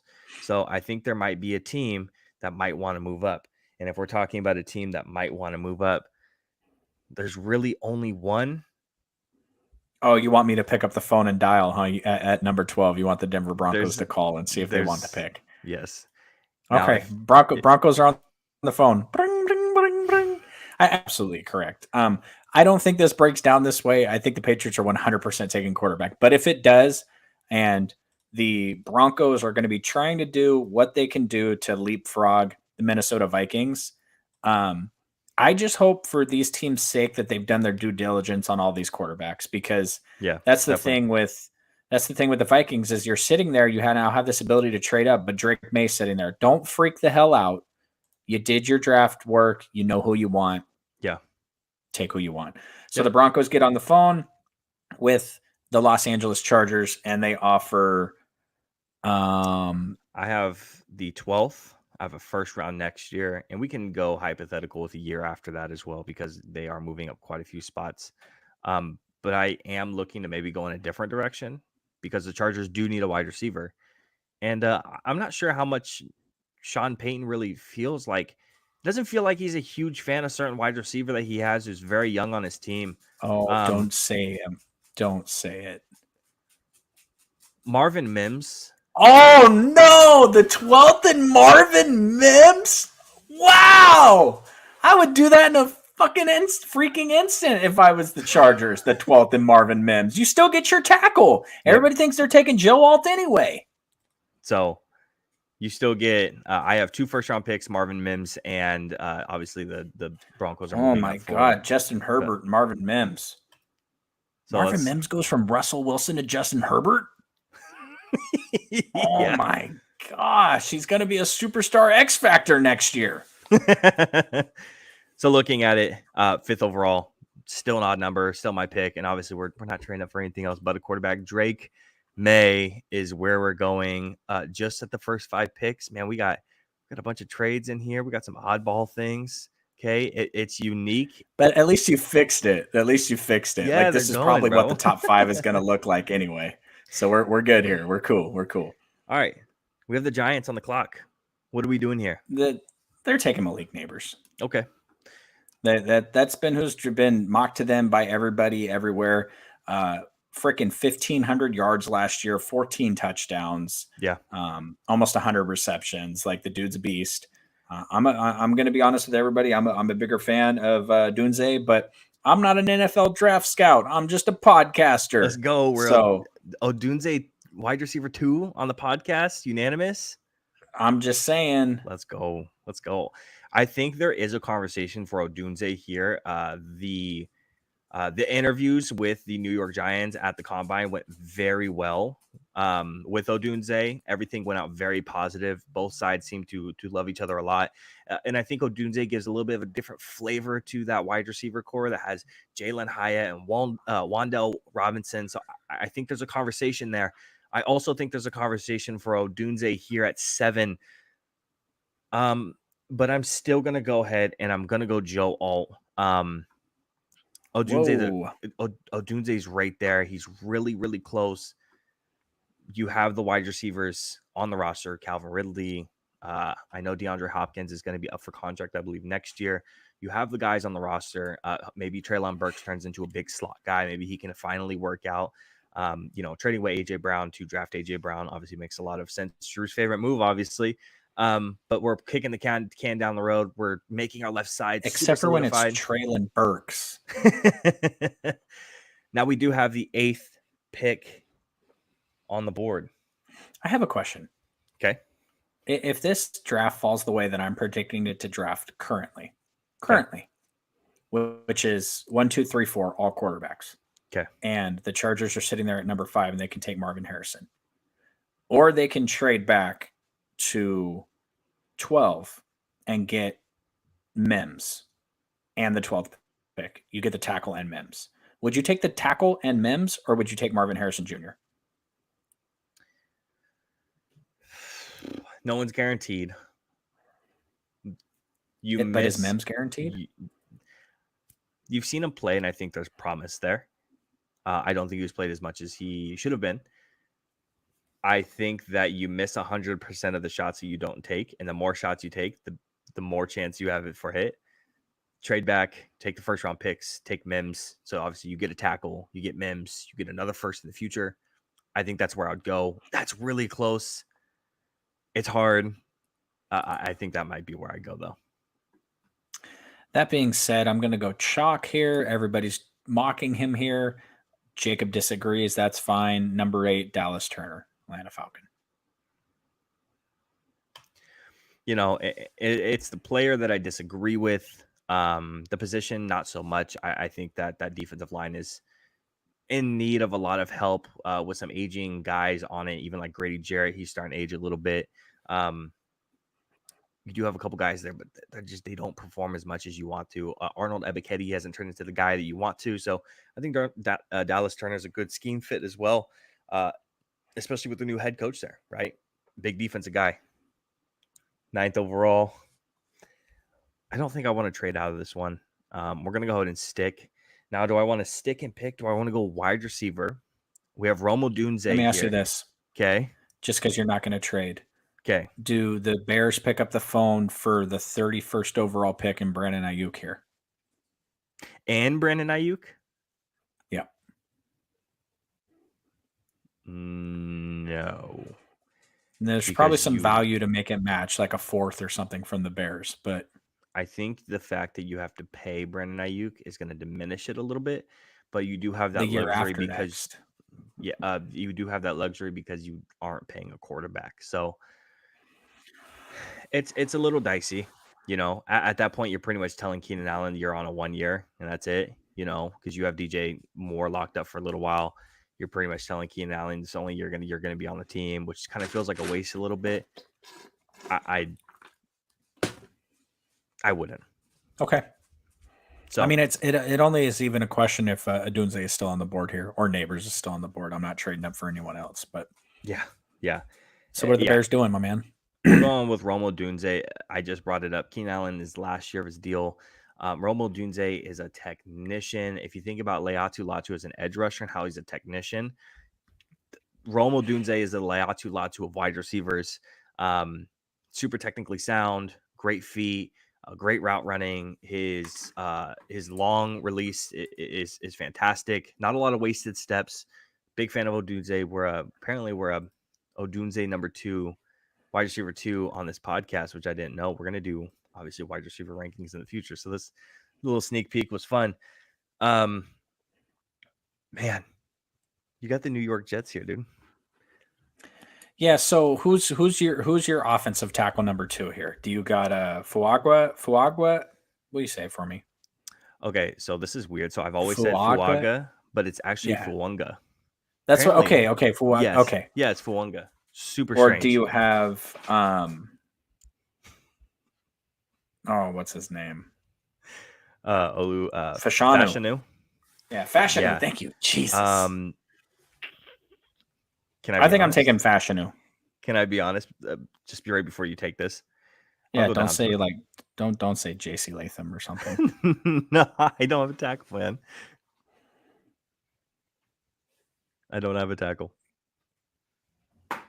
You don't for the Jets? No. What the? Who are the Jets taking? I think that with your Super Bowl window super limited, they don't have a Super Bowl window, bro. Come on. They think they do. Their quarterback's decrepit. Doesn't matter. They think they do. You go out and you go get tackles, right? You get two starting tackles. You have your right tackle and your left tackle. You have Elijah Vera Tucker, and you brought in another guard. I forget who it is. You think you bolstered up your line enough and you want to go get a playmaker? Those top 3 wide receivers are off the board. You want them to take Brock Bowers? I'm thinking Brock Bowers. Now, again, this is where you're at. So if I have a question. I'm definitely going tackle here. But my question is how can they make a run to the Super Bowl if Aaron Rodgers is making a run to the White House? Oh, no. Great point. But apparently there's already been a running mate chosen outside of Aaron Rodgers. So ruins are fun. It was a good run while it lasted. I know. All right. Well, out of Penn State at offensive tackle, Fashanu, come on down. Olu Fashanu. All right. So I do have the Cardinals here. This is too early for a wide receiver, in my opinion. So we're not going to go in that area, even though you do need the help. We need defensive line help. And I'm going to go and take a Byron Murphy here for the Arizona Cardinals. Wow, that's so early. It is a little early. I'm a big fan of Byron Murphy. I'm not the biggest Jerzon Newton guy. I have him drop down a couple of spots more than a lot of other people. What about Quinion Mitchell? You can, but I think that defensive line needs a little bit more help. And I don't think that Byron Murphy's, he's not a one tech. Like you're talking about a guy who's a 3 tech and he can play end. Like you're talking about one of those guys, God, I hate to say it. I hate to say it, but like one of those guys who like an Aaron Donald where he plays a multifaceted of positions, not saying he's Aaron Donald, just saying he plays a bunch of different positions on that defensive line. Byron Murphy brings that same type of flavor now to the Arizona Cardinals, who desperately need some help on that defensive line. You have the Chargers at pick 12. What are we doing here? The phone is ringing. Oh, okay. The phone's ringing. The Eagles are on the line. Okay. The Eagles. The Eagles are going to give up 22. Where is the Eagles? Oh, right there. I should just look for the trash can. So 22. And 53. Okay, 53 this year's. Okay. And they're going to move up. And they're going to take the other offensive tackle. Okay, so we have 22, 53 moving up with the Los Angeles Chargers, who are moving back once again. We're going to go ahead and force this. And we're taking an offensive tackle. We're taking Fuanga. Yep. And can you bring up the Chargers real quick now? And let's just see what we've done here and what we've gotten them. Because trust me, it's tempting to take Brock Bowers there, but I'm just going to stick with so the Chargers traded out of 5 and they picked up. Yeah, so they ended up picking up Marvin Mims. They ended up getting a first, which again they ended up trading back again. So it ends up turning into the 26th pick in the draft. They get next year's first from the Denver Broncos, and they also get a 3rd round pick, a pick 53 or no, 2nd round pick, right? Yeah, so they get a 2nd round pick from the Philadelphia Eagles in these trades again, plus that Marvin Mims as well. So, and I know we won't get too deep into this, but I can tell you who they're taking with 53. Okay. Is it a running back? Mm-hmm. Okay. All right. I think there's a 4th or a 5th that come with this also. 22 and 53 is not just enough, maybe even a player, but I think that Fuanga is a good fit for a team like the Eagles that need offensive line help, and Howie Roseman is crazy, and I love the idea of this. So absolutely. So, and if you do something sane here, I'm gonna slap. Okay. So we have the Raiders. 2 things that we need a lot of. Definitely we need offensive line help and we need corner help. We have those 2 things that we need. The Brock Bowers that makes too much sense. Slip is going to continue. Yep. There's 2 guys. If they're taking a corner, they're taking Cooper DeJean, bro. They're gonna do it. They're gonna make him the first corner off the market. I could do something a little bit ridiculous. Okay. What do the Raiders love? They love athletic guys. Speed. Or on the offensive line, they love just big maulers, right? Guys who maybe are a little unproven, but they're maulers. So you have 2 options here at this position. You have Quinion Mitchell, who is my corner 1. Sorry, corner 2. Excuse me. No disrespect to Kool-Aid. Kool-Aid's my 1. And the other guy that you have a lot of consideration for is J.C. Latham. Those are your 2 considerations here. But I think they need a lot of help at that cornerback position, but not as much as that offensive tackle position. J.C. Latham, I think, is more of a guard than a tackle. You sit him at guard, at tackle now until he fails. When he fails, move him into guard, no problem. I think he's a little bit too big. I'm not sure about the arm length really to play that tackle position. J.C. Latham out of Alabama. The Raiders do love their Alabama players as well. Shout out Henry Ruggs. Anyways, pick 14. We're at another even. Hopefully this guy buys like a truck or something. Pick 14. Pick 14. The New Orleans Saints. What's so funny? Nothing. You're good. Yeah, you're fine, bro. What are we doing here with the Brock Bowers to the Saints? Okay. This is not one I had slated. Didn't we mock that already? To the Saints? I think I did that in my first mock. Oh, maybe you might have. So look, maybe I should go back and watch mock draft 1.0 like the rest of everybody else. Brock Bowers to the New Orleans Saints. I'm just saying, bro, that needs a ton of help. If you're running it back with Derek Carr, the offense needs a ton of help. Yeah, I think that's you just fair. said that, didn't you? That's weird. The Colts need corner help, defensive line. You wanted to take him right here, didn't you? They needed a tight end. I don't think you're crying too much over it. I think there's still other guys who are out there. Jatavian Sanders later on. You have that kid, Penn State. Maybe he's not Penn State. I'm maybe misremembering. He's like Theo something. Super athletic tight end. Blew up the combine. So he might be in play in later rounds. So I think that you can find that hole being filled at a later point. The corner disrespect in this mock draft is terrible. Yeah, a little bit. So what we're going to go ahead and we're going to do is we're going to take one of them right now. And I'm going to go and take Quinyon Mitchell again, my corner 2, sit on an island. You brought back Kenny Moore, so you have your slot solidified. You have an outside guy now. You got to keep building, though, on top of that to get where you want to. Your favorite team, the Seattle Seahawks at pick 16.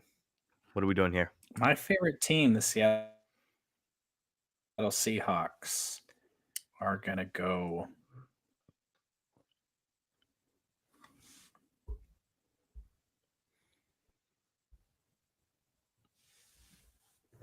edge. Okay. Jared Verse. And they're going to forego the idea of signing Jadeveon Clowney. That's a good point. I do have the Jaguars on the clock here. And I have a question. How long do the Jaguars stick with a guy like Cam Robinson? Big cap hit, average player. And my answer to that is maybe not that long, because I'm going to stop the slide of a player that I like a lot. Troy Fontenot. We're going to go tackle at that Jaguars position. He's a tackle. Yes, a lot of people have him slated guard. Look at the arm length, bro. The arm length is nasty. It's insanity. Okay. Huge, huge, huge arms. Low hanging fruit guy. Excuse me while my dog goes ahead and she unplugs my headphones, so I can't hear anything that's going on. So Troy Fontenot to the Jacksonville Jaguars. On the clock next is the Cincinnati Bengals. And they're probably not too happy as tight ends off the board. A lot of the top tackles are off the board. Top defensive interior guys off the board. Where are we going with the Cincinnati Bengals? I think that I wanted the Cincinnati Bengals to draft Brock Bowers, but I took him already. Damn it. The Bengals got to go tackle, right? I mean, who's kidding who? They need some help for Joey B over there. So let's go ahead and throw down Amarius Mims for the Cincinnati Bengals. Man, he goes earlier and earlier in mocks, and it just sucks so much because I really want Amarius Mims to the Cowboys. He's one of my favorite players. Mock Draft 2.0. Go watch it. That's where I got us mock to. If you're a Cowboys fan, you'll like it. I promise. Go watch the film. But to the Bengals, you'll like them too. Go watch that film. Oh yeah, shout out to Bengals fans showing out for the free agent video and then giving us all the love in the comment section. You guys love that video. Obviously, it doesn't have a bunch of dislikes on it. You guys showed out. Now we have the LA Rams on the clock here. Shout out to Zach Moss. Yeah, shout out Zach Moss. We have the Rams here for some reason. And we're going to go to the cornerback position. We have a little bit of a run here. Terrion Arnold to the LA Rams is we're going to go. You have pick 20 here. Huh? Really? Arnold?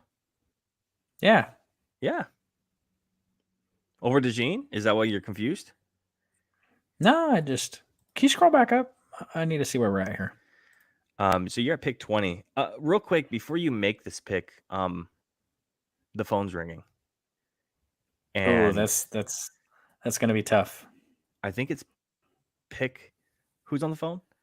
Oh, it's the San Francisco 49ers are on the phone right now. Drew, do you want to go ahead and pick the phone up and listen to the offer they're offering? I'm intrigued. So the Niners, where are we at? Oh, look, I just had to look for the trash can again. No, we're not trading a pick. We're not moving up. We're going to keep that pick 31. We're going to keep it right there, solidified. We're going to throw Brandon Ayuk in there. You and I talked about this a little bit, right? Brandon Ayuk. Oh, no, I know, right? We have the 20th pick in the draft, and let's go ahead and throw in a third as well. Now, Drew, as a Niners fan, and you saw what the offer was, are we going down and are we throwing in a Calvin Austin into this too?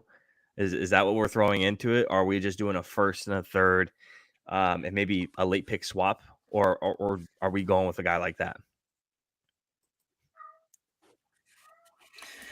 If this is the offer on the table, I think the Niners would take it. The first and the third. You know what's crazy is, they had the 10th overall pick from the Jets a couple years back for Deebo Samuel. They didn't take it. Now you're taking a 20th for Brandon Ayuk. Yep. So, what do you say, Drew? Okay. Brandon Ayuk, done 20th. Deal. Let's do it. Forcing the trade. Now, since you made the trade, let's hear the pick. So the San Francisco 49ers, where do they need help? Offensive line, obviously, but I think you can get some of these guys down closer to that 31 pick. So I'm not super intrigued by that. You do need a lot of corner help, though, and you need a lot of edge rush help. So there's two guys that are really weighing on my mind at the moment. It's Mr. Cooper DeJean and it's Laiatu Latu. Those are the two guys that are weighing on my mind heavily. And I have Laiatu Latu as my edge one, and this is where I'm going. Laiatu Latu, edge rusher, UCLA. You're staying in California, kid. It's moving costs, cheap moving costs. Let's get you up to Santa Clara, and let's get you in a Niners jersey. That's where we're going. All right, Drew, how do you feel about having Laiatu Latu on your team? Is there a place that you would rather have gone in that situation? I mean, you gotta figure out a plan to replace Brandon Ayuk's production, and I'm not sure if we solved it here. So if I'm a 49er fan, I'm probably staring at the TV thinking, what the fuck are we doing? Because we just signed rusher with 10 plus sacks last year, Leonard, and now we have no number one wide receiver on the team. So definitely an interesting situation there. Yeah, definitely. But yeah, I know we don't make a whole lot of, you don't trade away a player to try to draft a player, and that's what I'm avoiding in that situation there. It's a weird place for wide receiver also. Yeah, it is. You kind of have a no man's land. I think the next earliest wide receiver can go as early as like 15, 14. But then the next it can go as late as what? The next wide receiver can go as late as 23, 24, depending on how it goes, 25, 26. I mean, Could the 49ers do this pre-draft starting and take 31 and 20 and get into the top 10? yes. Would the Chicago Bears take 31 and 20 for 9? If it's the Chicago Bears, then yes. I All think right, if you look at moving some on. of the other teams, I'm not sure. Miami is an odd number team, so I'm going to go ahead and pick this one up. I'm not going to spend a whole lot of time on this one. You lost Christian Wilkins, and I know you want to replace him. So we're going to go ahead and replace him with Jazon Newton, interior defensive lineman. Immediately fill that spot. Now we're at pick 22, an even number, right back with the Chargers once again. You're much higher on this guy than I am, so you've Okay. already selected him, but I think I'm talking on the Dolphins pick, but I think that they would do jumping jacks for Byron Murphy right there. Yeah, if they So- could get him, absolutely. Yeah, Same they idea, should. same thought process. Yeah, definitely. So we got the Chargers, huh? Mm-hmm. And We what do. do the Chargers need? The Chargers need a little they need a Everything. little offensive tackle action, they need a little cornerback action, Yep, they need a little wide receiver action. for sure. Absolutely. I think they're going tackle. Okay. I think they're going tackle because the whole point of trading out of 5 was that they could pick up the wide receiver and they could get the tackle. Yep. So now you've traded out of 5, you picked up the wide receiver, now you're getting the tackle anyway, and you picked up all those picks. And I Yep. am a big Tyler Guyton fan. So Tyler Guyton, come on down. Let's do it. All right. Tyler Guyton. The Arizona Cardinals are on the clock here. Cardinals have another pick, right? 27. Yep. Okay. Arizona Cardinals are, damn, I get both those picks. Arizona Cardinals, excuse me, are on the clock, and they still need a wide receiver. And this is where I'm going with LSU wide receiver Brian Thomas Jr. Get some speed on the outside for Kyler It's Murray. very high. It is a little high, depending on who you're talking to. You know, again, some of these, I hear some guys saying Brian Thomas is a third-tier wide receiver in this class. Brian Thomas is a first-tier wide receiver in the class. He belongs with those top 3 guys. I hear both sides. I think I'm somewhere in the middle. I think he's a second-tier guy, a guy who's a 2, who you're going to get a ton of upside from in a bunch of Pro Bowl years sprinkled into his career as well. So Brian Thomas to the Arizona Cardinals. You have even, so you get the Dallas Cowboys pick. It's funny because I get the Niners picks, you get the Cowboys picks. Just to throw this out there, I don't think that if you were to bet me that Brian Thomas goes higher than that, it wouldn't surprise me because it's such Yeah. a long run from potential, 3 wide receivers going in the top 8 or 9 and then a break. Yeah. I just think based off of what I've watched of him, it's a little high. But I also think you just selected him right there, so I couldn't have the Cowboys take him because I know you're kind of not great about that. And since you're not great about that, I'm going to go ahead and slot you in with the do-it-all guy on the offensive line, and we're going to go with Graham Barton. As a tackle, I don't like Graham Barton. If you slot this man into a center spot, I'm much more willing to do this. I know guys are really high on Graham Barton. I actually just went back and watched his film, and people in the comment section were like super in love. Oh, he doesn't get beat a lot. And it's like, I'm not looking at whether this guy gets beat a lot. Where's his hand placement? How are his feet? He does a lot of heel clicking when he tries to reset when he's getting pushed on power. Offensive tackles do this like jump reset. Will do a little jump backwards and they'll plant their feet and they'll kind of arch up a little bit. His is horrible. He has like no power on his front side and his legs. He has none. As a center, I'm a little bit more willing to do it. As a tackle, I'm not about this pick too much. So it kind of Can I tell you something though? Yeah. The fact that you hate it so much makes it even more likely to happen. Because when was the last time you liked the Cowboys' first round pick? And don't be talking no Micah Parsons because I know you did not like that Micah Parsons pick. I did not like the Micah And Parsons pick. you were right about last year. I don't even remember the guy's name. Mozzie Smith. Yeah, Mozzie. Yep. We're gonna go all in this year. So, yeah. Isn't this an interesting pick? The Packers. Yeah. I mean, do I just want to go with the thing that everybody does at this point? I mean, I know what everybody I'm goes with it. going. I'm going. Damn. Yeah, I'm going Cooper DeJean. You need help on that cornerback position. Yeah, that cornerback room is not good outside of Jair Alexander. Even the guys that they have there, they're super unhealthy. And you need help at safety. He can only Yeah, play you one just position. just filled the spot. I would have gone Tyler Nubin. Okay, yeah. So Cooper DeJean, same idea. You get a guy who can play safety, play slot, play outside, very athletic guy. A little stiff in the hips, but I think he can get a little bit more fluid, a little bit more experience under his belt. We do have pick 26 with the Tampa Bay Buccaneers. With Tampa Bay, where are we going? Bring up edge, bring up defensive line. That's where they need to go. I think they would love to get Jared Verse here. Unfortunately, in this La La Land, he's already gone. And I think they would love Latu here, but he's a 49er now. So I'm going to go ahead and slot in Braden Fisk for them. And that's where they're at. Frankly, Yeah. they could go corner here. I think Graham Barton has been mocked to them a lot because they need help all over the offensive line. So there's a lot of things that they can do here, but this is where they go for me with this pick. Absolutely. I'm a huge Braden Fisk guy. I really like the tape. I'll tell you this much. I'm not a huge combine person. The combine should solidify things. You don't multiply something. If you know a guy is fast, you don't multiply that speed and move him up the board. You know he's fast. You know what he can do. You don't move him up. Braden Fisk, I saw the combine stuff before the tape. When I got to the tape, I really enjoyed it.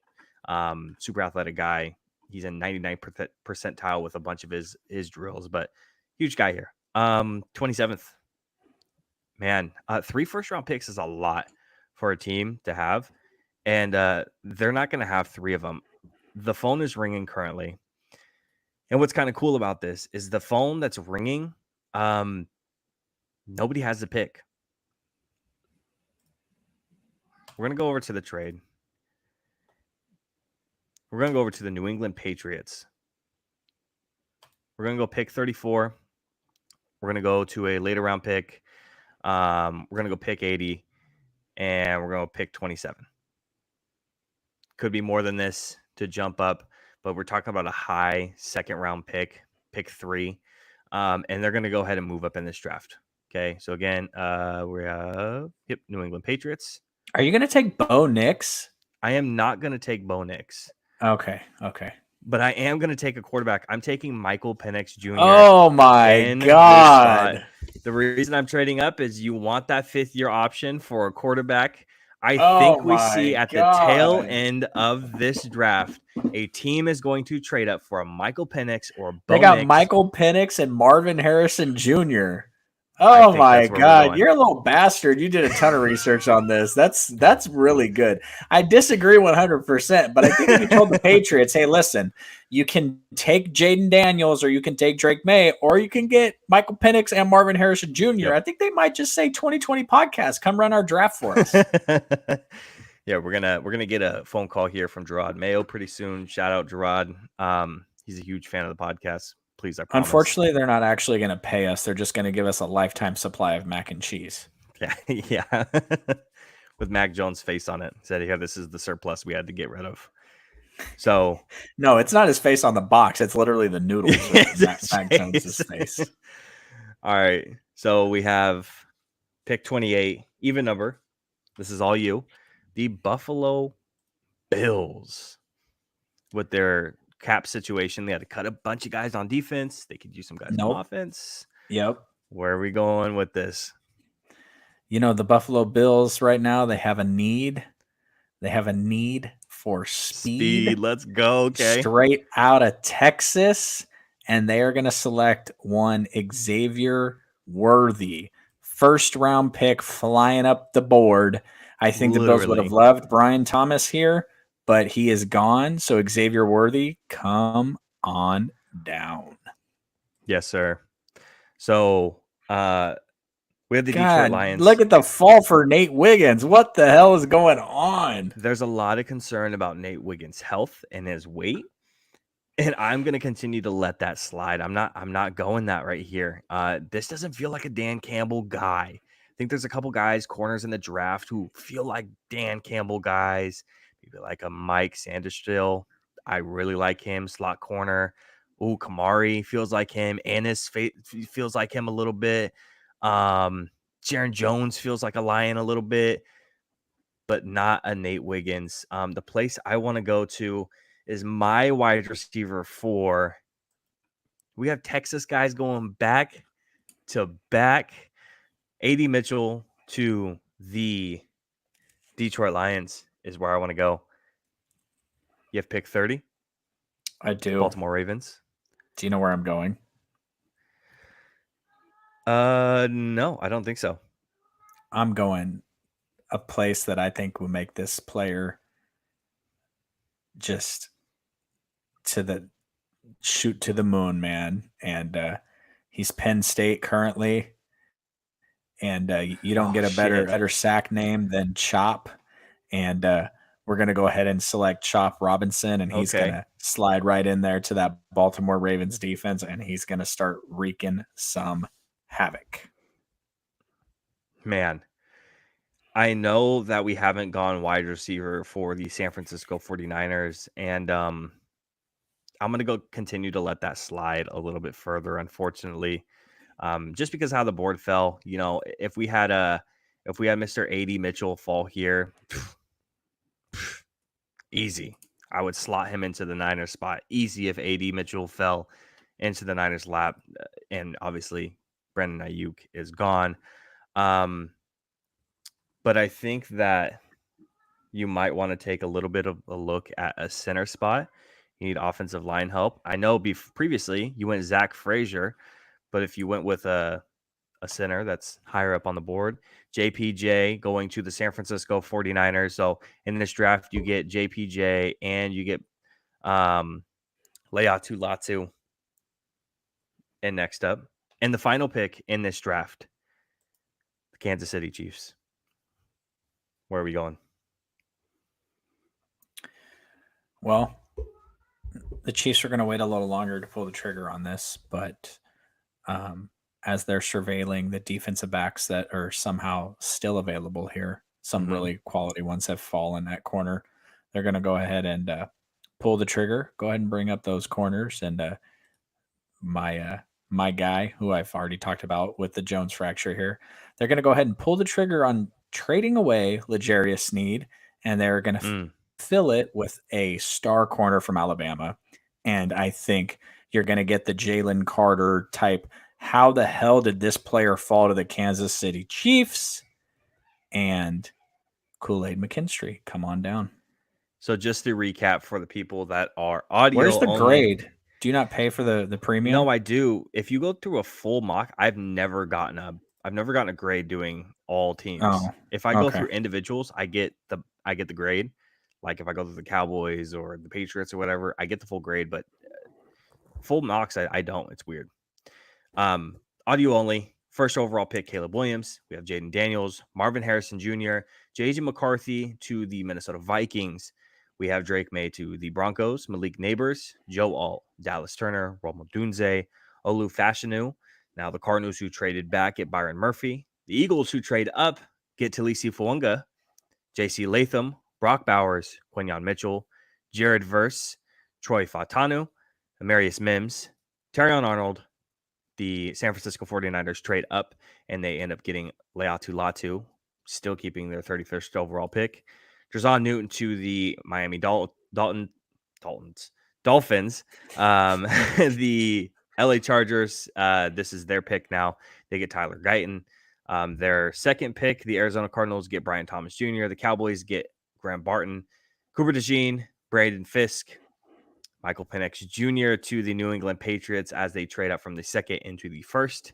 Xavier Worthy, AD Mitchell, Chop Robinson, JPJ, Jackson Powers Johnson, and to round it out, Kool-Aid McKinstry. That is our mock draft 3.0. Go check out our other 2 mock drafts that's pre-free agency, but go check them out. See what our opinions are on a lot of these guys.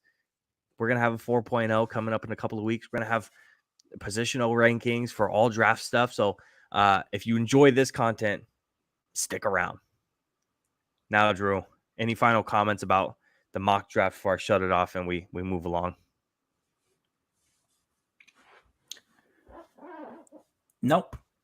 I was trying to see if I can find an outright winner and loser here on the loser side, and everything seems about right here. And Yeah. the winners are obviously subjective. So Yeah. moving on. Next up, we're moving away from the NFL content. So if you enjoy NBA content, we're here for you. Starting off with the Clippers. Let me go ahead and pull this up real quick. So talking about the Clippers first, Drew, how far will the Clippers fall by the time the playoffs start? We have a lot of struggles, right? They went on this crazy run, beating the Celtics, going 6-1 on this big road trip.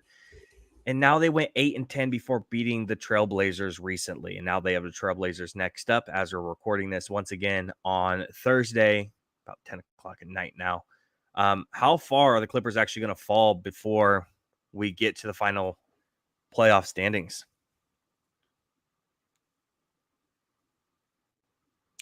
I think they're going to continue to play 500 basketball. That's kind of who they've been. That's who they are since the All-Star break, and they're going to continue to do that. Luckily for them, they won't fall into the play-in. There's just too much inconsistency between the Dallas Mavericks, the Sacramento Kings. Kings come out last night and they blow the roof off the Raptors, and then they lose tonight to the worst team in basketball, the Washington Wizards. Just what you were talking about. On the road. Yep, back-to-backs on the road are always tough, but it just is what it is. You have to find a way to win these games. And there's a lot of inconsistency down at the bottom of the standings. The Suns, they have all the talent in the world, but they can't seem to put it together. Yep. The Mavericks are, I'm not a big fan of the antics of Luka on the court. I think it's tough basketball to watch. And the Lakers and the Warriors don't have enough to put it together to move up out of the play-in. So I think they're going to rest at about 5 or 6. Which is going to be tough for them because they're going to run into either the Denver Nuggets or the Minnesota Timberwolves, and that's just not going to be a good fit for them in the first round of the playoffs. Yeah, again, when you look at this, their road trip was very successful, going 6-1. In December, they played really well basketball as well. Kawhi Leonard is in and out of the lineup now with injuries, and even when he's back, he's not playing fantastic basketball.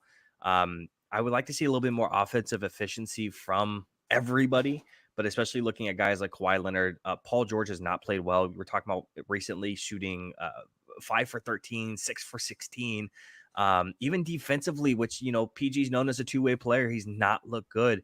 And then to come out after their loss recently to the, to Atlanta, they were asked about, or excuse me, I think it was the Knicks. Recently, they're asked about just like their team identity and what it is. And he just comes out and he says, I don't think we have one. We're less than 20 games away from the NBA playoffs. And this team, a veteran team that looks slow and old and tired, doesn't have an identity. You're beaten up too, right? Russell Westbrook went out for a little bit in January. You also have Norman Powell. I think that they've significantly missed.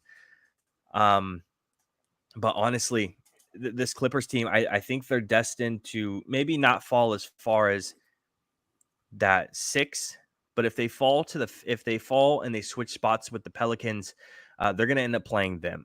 It feels like they're going to be destined to play each other in the playoffs. And if you look at the recent success of the Pelicans playing the Clippers, which we're going to talk about the Pelicans here pretty soon, that doesn't bode well for a Clippers team, which again doesn't have an identity.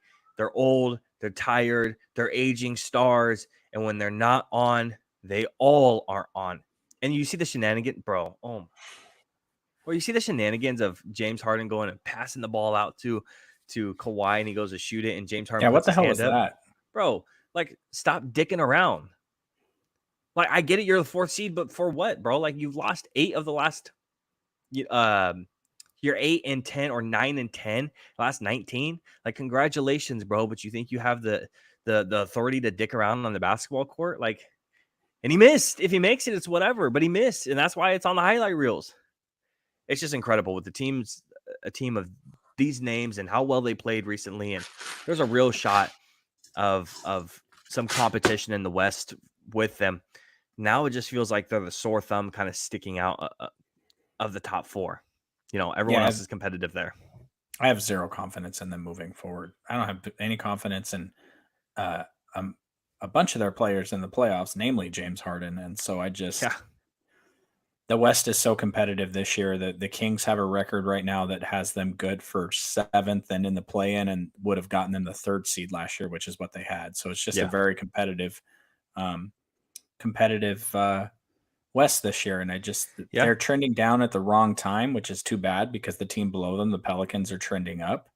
And it's not a good time for them to not know what they're doing. But frankly, when you're talking about a Russell Westbrook, you're talking about a James Harden, you're talking about a playoff P, you're talking about Kawhi Leonard, who's kind of just I was trying to find a word to describe him. I'm not a fan. I got to be honest with you. I'm not. The way he got himself out of San Antonio and him winning the championship in Toronto and then leaving, and he's been basically a part-time player ever since then. I'm just not a fan of him, his brand, or anything he's ever done since he got to his superstardom status. So I don't even know how you can root for him. Like, as a Clippers fan, I get it. You're going to root for your team, but like, does he ever give 100% full effort? Like, ever since he got injured in San Antonio and his team forced him to, sit an entire season and all that other stuff. I'm not a fan. It's not basketball, man. That's why the league is struggling. Yeah, definitely. We've talked a lot about the Pelicans, kind of piggybacking with the Clippers, and I think that we should talk about them next. The Pelicans are peaking at the perfect time. Currently, they are sitting at the 5th seed in the Western Conference standing, and they have the longest win streak currently in the NBA. They're tied for the most road wins in the league. And then with less than 20 games remaining in the regular season, the Pelicans are peaking again right now at the perfect time. And the things that are contributing to that is health. They're one of the healthiest teams in the league currently, which is crazy for the Pelicans. We're talking about a team with Zion, with Trey Murphy being injured in the beginning of the season and struggling coming back.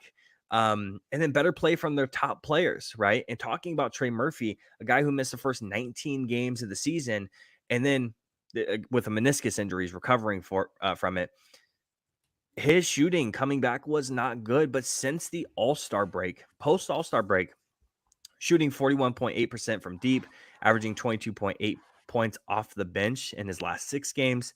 And New Orleans are 5-1 in those games and are 11-0 in the last 11 games when Trey Murphy makes 4 or more threes. They're playing a point Zion. Literally Trey. Yeah, so point Zion right now is kind of taking over for the Pelicans. He's kind of running the floor, and he's the one who kind of does everything at the moment. Brandon Ingram still has his great mid-range game, but I think with Zion running the floor, it allows everybody to be spaced out a little bit better. When it was Brandon Ingram running it a little bit more than Zion, you ended up having like a little bit more like bunched formations in and on the court. And that's because of his mid-range game. Certain players can't do what they want to do with it more spread out with Zion. It looks a lot better, man. They look really good. So top 10 in both offensive and defensive efficiency over the last 15 games, and leading the league in defensive rating and steals, and being second in net rating, only behind the Celtics. Team on a tear right now. Yeah, I'm not a big Zion guy. I'll be honest with you. I'm not 100% sure how his wrecking ball offense is going to translate into the playoffs when the physicality is ramped up. Okay, but frankly, when you have CJ McCollum and you have Brandon Ingram and you have Trey and you're just operating at the highest level, we're talking about a team that has beat the Kings 4 times this year. And if you look at the Kings' record in the West, they've beaten everybody. They've beaten the Nuggets. They've beaten the Lakers. They've beaten Minnesota. They've beaten OKC. Everybody in front of them they've beaten except for the Clippers randomly. And they played the Clippers earlier in the year. They beat all the top teams in the West. They lose to the scrubs except for the Pelicans. The Pelicans have handed them their business 4 times now. And it's hard to beat a good team 4 times in a row. Not that I'm out here, orchestrating the Kings as a great team or anything, but when you can score the way the Kings and the Pelicans have beat them 4 times, their length, it causes problems. Yep. Zion causes problems. Brandon Ingram can go for 35 any given night. CJ McCollum is a microwave. It's just, And then you have this unsung heroes and guys like Jose Alvarado, yeah, guys like that make a difference. They're big it's contributors on a team like definitely that. a massive wild card in the West right now, the Pelicans. It's very exciting, actually, to have a team like that coming from nowhere. I mean, the West is almost a bloodbath, right? New faces, new players coming in. Obviously, we have the Thunder, the Timberwolves, the Pelicans, guys who are there. I mean, dude, the Rockets might somehow sneak into the play, and if they play well enough, after Yeah, Şengün goes Sengun is in, a beast. well, he's out. Şengün's out. He's out for the Oh, season. yeah, you're right. You're right. And so what ends up happening is, Ime Udoka ends up tearing down that team to be a defensive team, being one of the best defensive teams in the league after being one of the worst last year.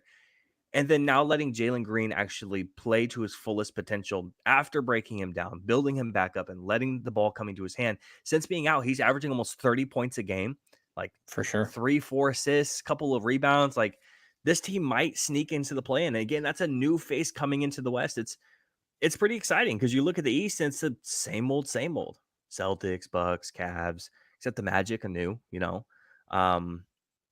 it's the same old, it feels like. So having the West be a little bit shaken up, I think it's exciting basketball. Moving on to, we're going to stay in the West. Actually, I just realized everything is about the West in today's podcast. So I can hijack it a little bit at the end. I have a question about the East that we can go back to. Looking at the Warriors, I just said sneaking in for the Rockets. Currently, the Warriors are slated in to be the 10th seed, and the Lakers are the 9th seed, I believe. It's like they're destined to play each other right now. Are the Warriors going to keep and hold on to that play-in spot? And if they do, can they make any sort of run? They cannot. They're done. Yeah. They're just, they shouldn't have won last year. They shouldn't have gotten out of the first round series. They ran into a De'Aaron Fox breaks his thumb in the first round and has to play the last 3 games. And Steph Curry had to go nuclear in game 7 for them to win. Yeah. So it just shouldn't have happened. And then the Lakers shut them down and they haven't been good this year. When they have been, Steph's gone nuclear. He's still that player that can do that from time to time, but he can't do it every single night. He's starting to enter into the LeBron James era of his career, I think, where you can't put everything on his shoulders. Yep. Clay's come off the bench. Clay's started. It's weird. Sometimes he goes off. Sometimes he doesn't. Andrew Wiggins has completely disappeared. Jonathan Kuminga is emerging as a star, but he had his drama with Steve Kerr earlier this season. It's just really, I think it's just really a rudderless ship right now. I don't think they have a direction that they want to go with their rotations or their offense. I think every night it's just, let's throw it all and see what sticks. Obviously, when you have Steph, you can do stuff like that. They all play off of him. But when the physicality in the playoffs ramps up and there's not another person to take the focus off of Steph, I just, Chris Paul is not, I think we all kind of scratched our heads at that trade at the beginning of the season. Obviously, he missed a lot of time this year. And it's just Kuminga's game. If Kuminga shoots a 3, you're happy. His mid-range game, he's not as efficient at it as a Jason Tatum or DeMar DeRozan, so you're not as afraid of it. And once the basketball just ramps up physicality-wise, I don't know how effective Kuminga is going to be. I don't see them making it out of the play-in. Maybe they can. I definitely don't see them winning a first-round playoff series. The West is just way too competitive right now, obviously all injury concerns aside. Yeah, I think that when you look at one of the most basic concepts, in the NBA is starting out game strong, establishing your base concepts on both ends of the floor.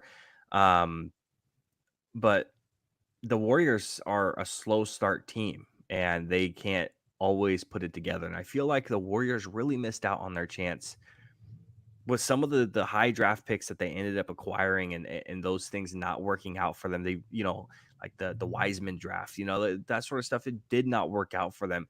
I've never felt, even in some of their championship teams, their bench depth wasn't really that deep. You're really relying a lot on Draymond and Clay and Steph and, Andrew Wiggins in 2022. And, you're relying on those top, and they're such a top heavy team. And I've always felt like that. They were never a super deep team. And I think that they've missed that opportunity with the young players, and I think that's really biting them now in the future when Steph can't take all the load. Clay is on the bench; he's on the bench now, and Draymond shooting very efficient, like 41% from three this season.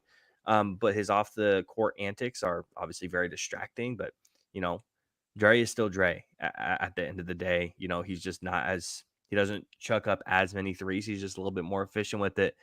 So I think they missed their opportunity to kind of, excuse me, surround Steph, and I think it's hurting them at this point.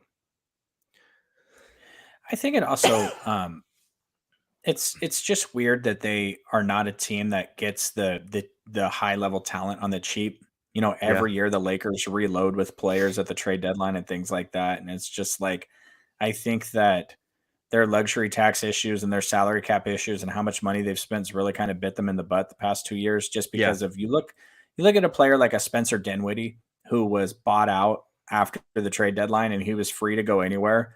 And yep, that's got to be a player that the Warriors got to be able to land. That's got to be a player.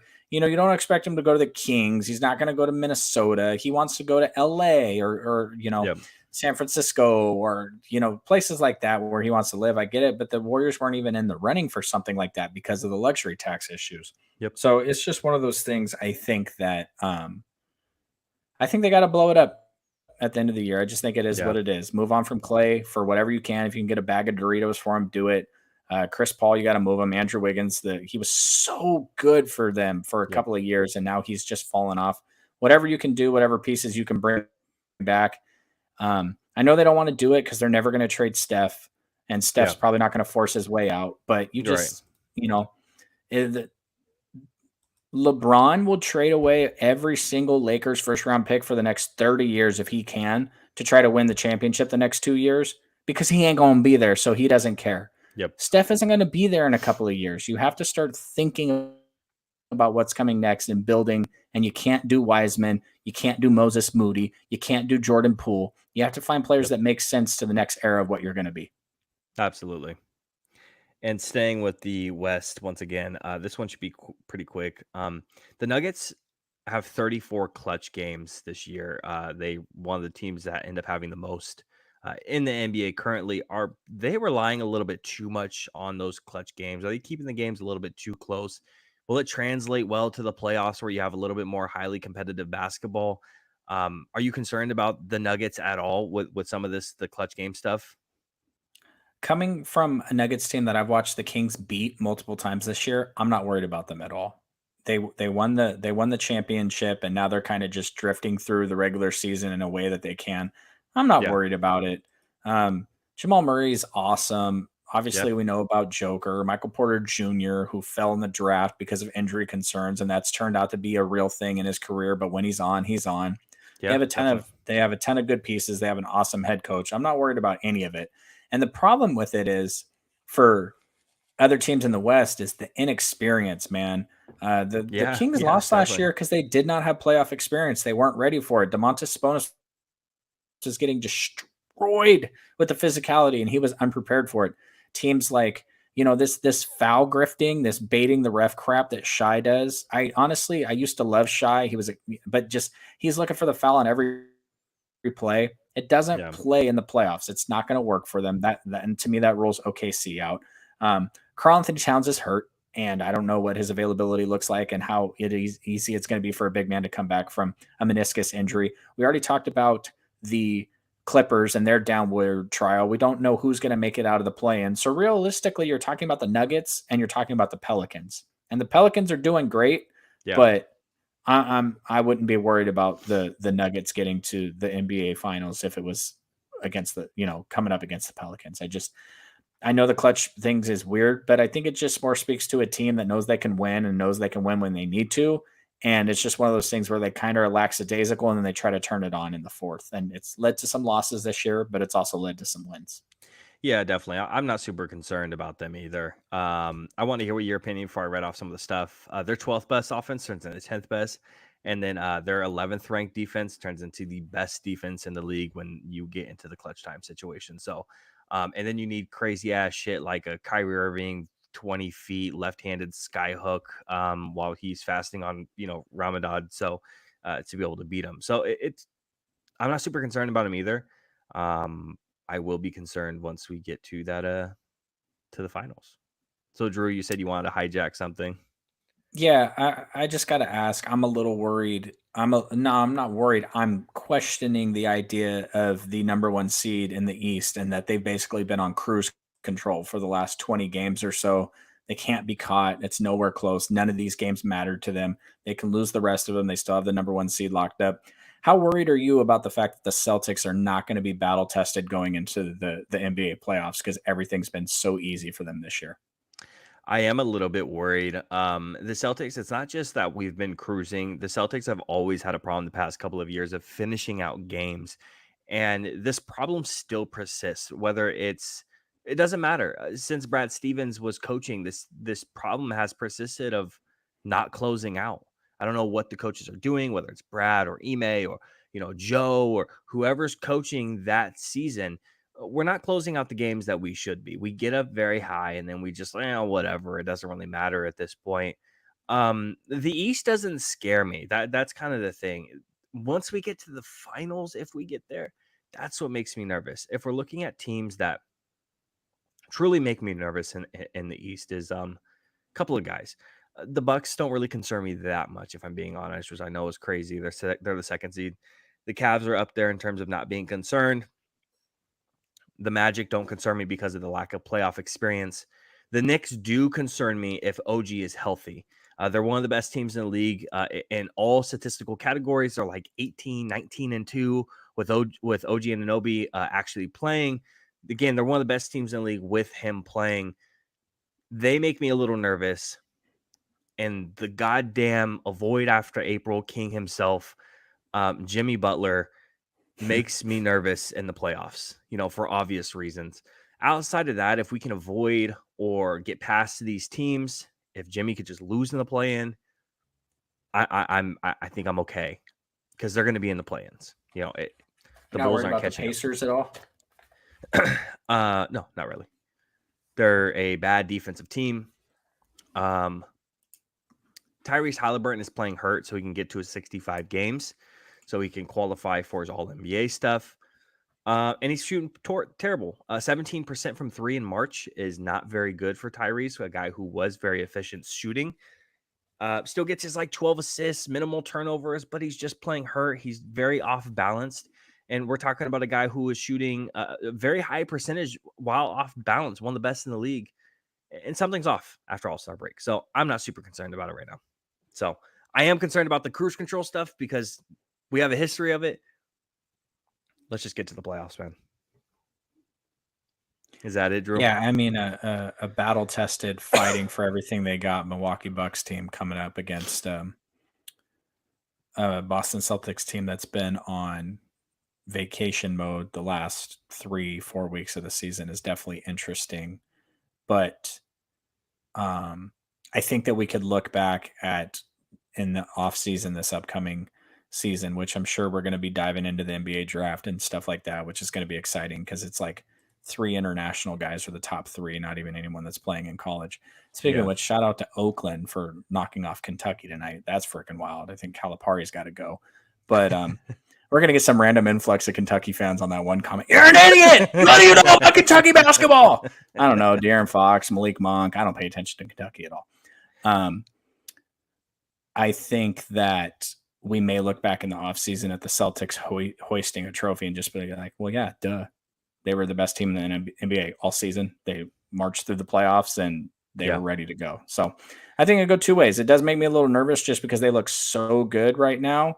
But at the same time, and if the Kings ain't winning the finals, I'm okay with the Celtics winning the finals for you. Obviously, we don't have the animosity towards each other on the basketball side as we do on the football side, which is funny because we did have to sit through a Kings Celtics bloody massacre this year that I decided to finance the tickets on. And every month I make a $27 payment on those tickets to my credit card. And it's like, well, that was a waste of time. I shouldn't have even gone. So shout out to the freaking guy that kept cleaning up the spilled water every 30 seconds next to us. So that was the highlight of my day. Like, hey man, it's piling up. You better wipe it down.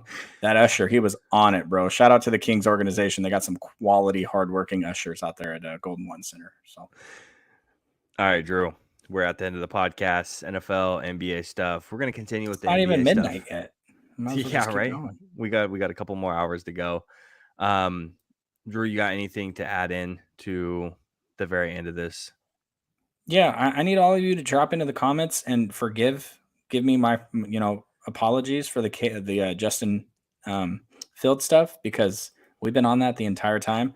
And also all you Minnesota Vikings haters, suck it. Well, you guys they're not taking him at 11. You're right. They're taking him at 5 or 4. You're literally trading up for the dude that we were the number 1 passing offense last year. Yeah, because your rushing game was terrible. You had a trash can at running back, and now the Raiders have a trash can at running back. Congratulations, which is better than having nothing at running back like the Cowboys have. So, listen, I the gotta hot tell you take what. cannon is ready.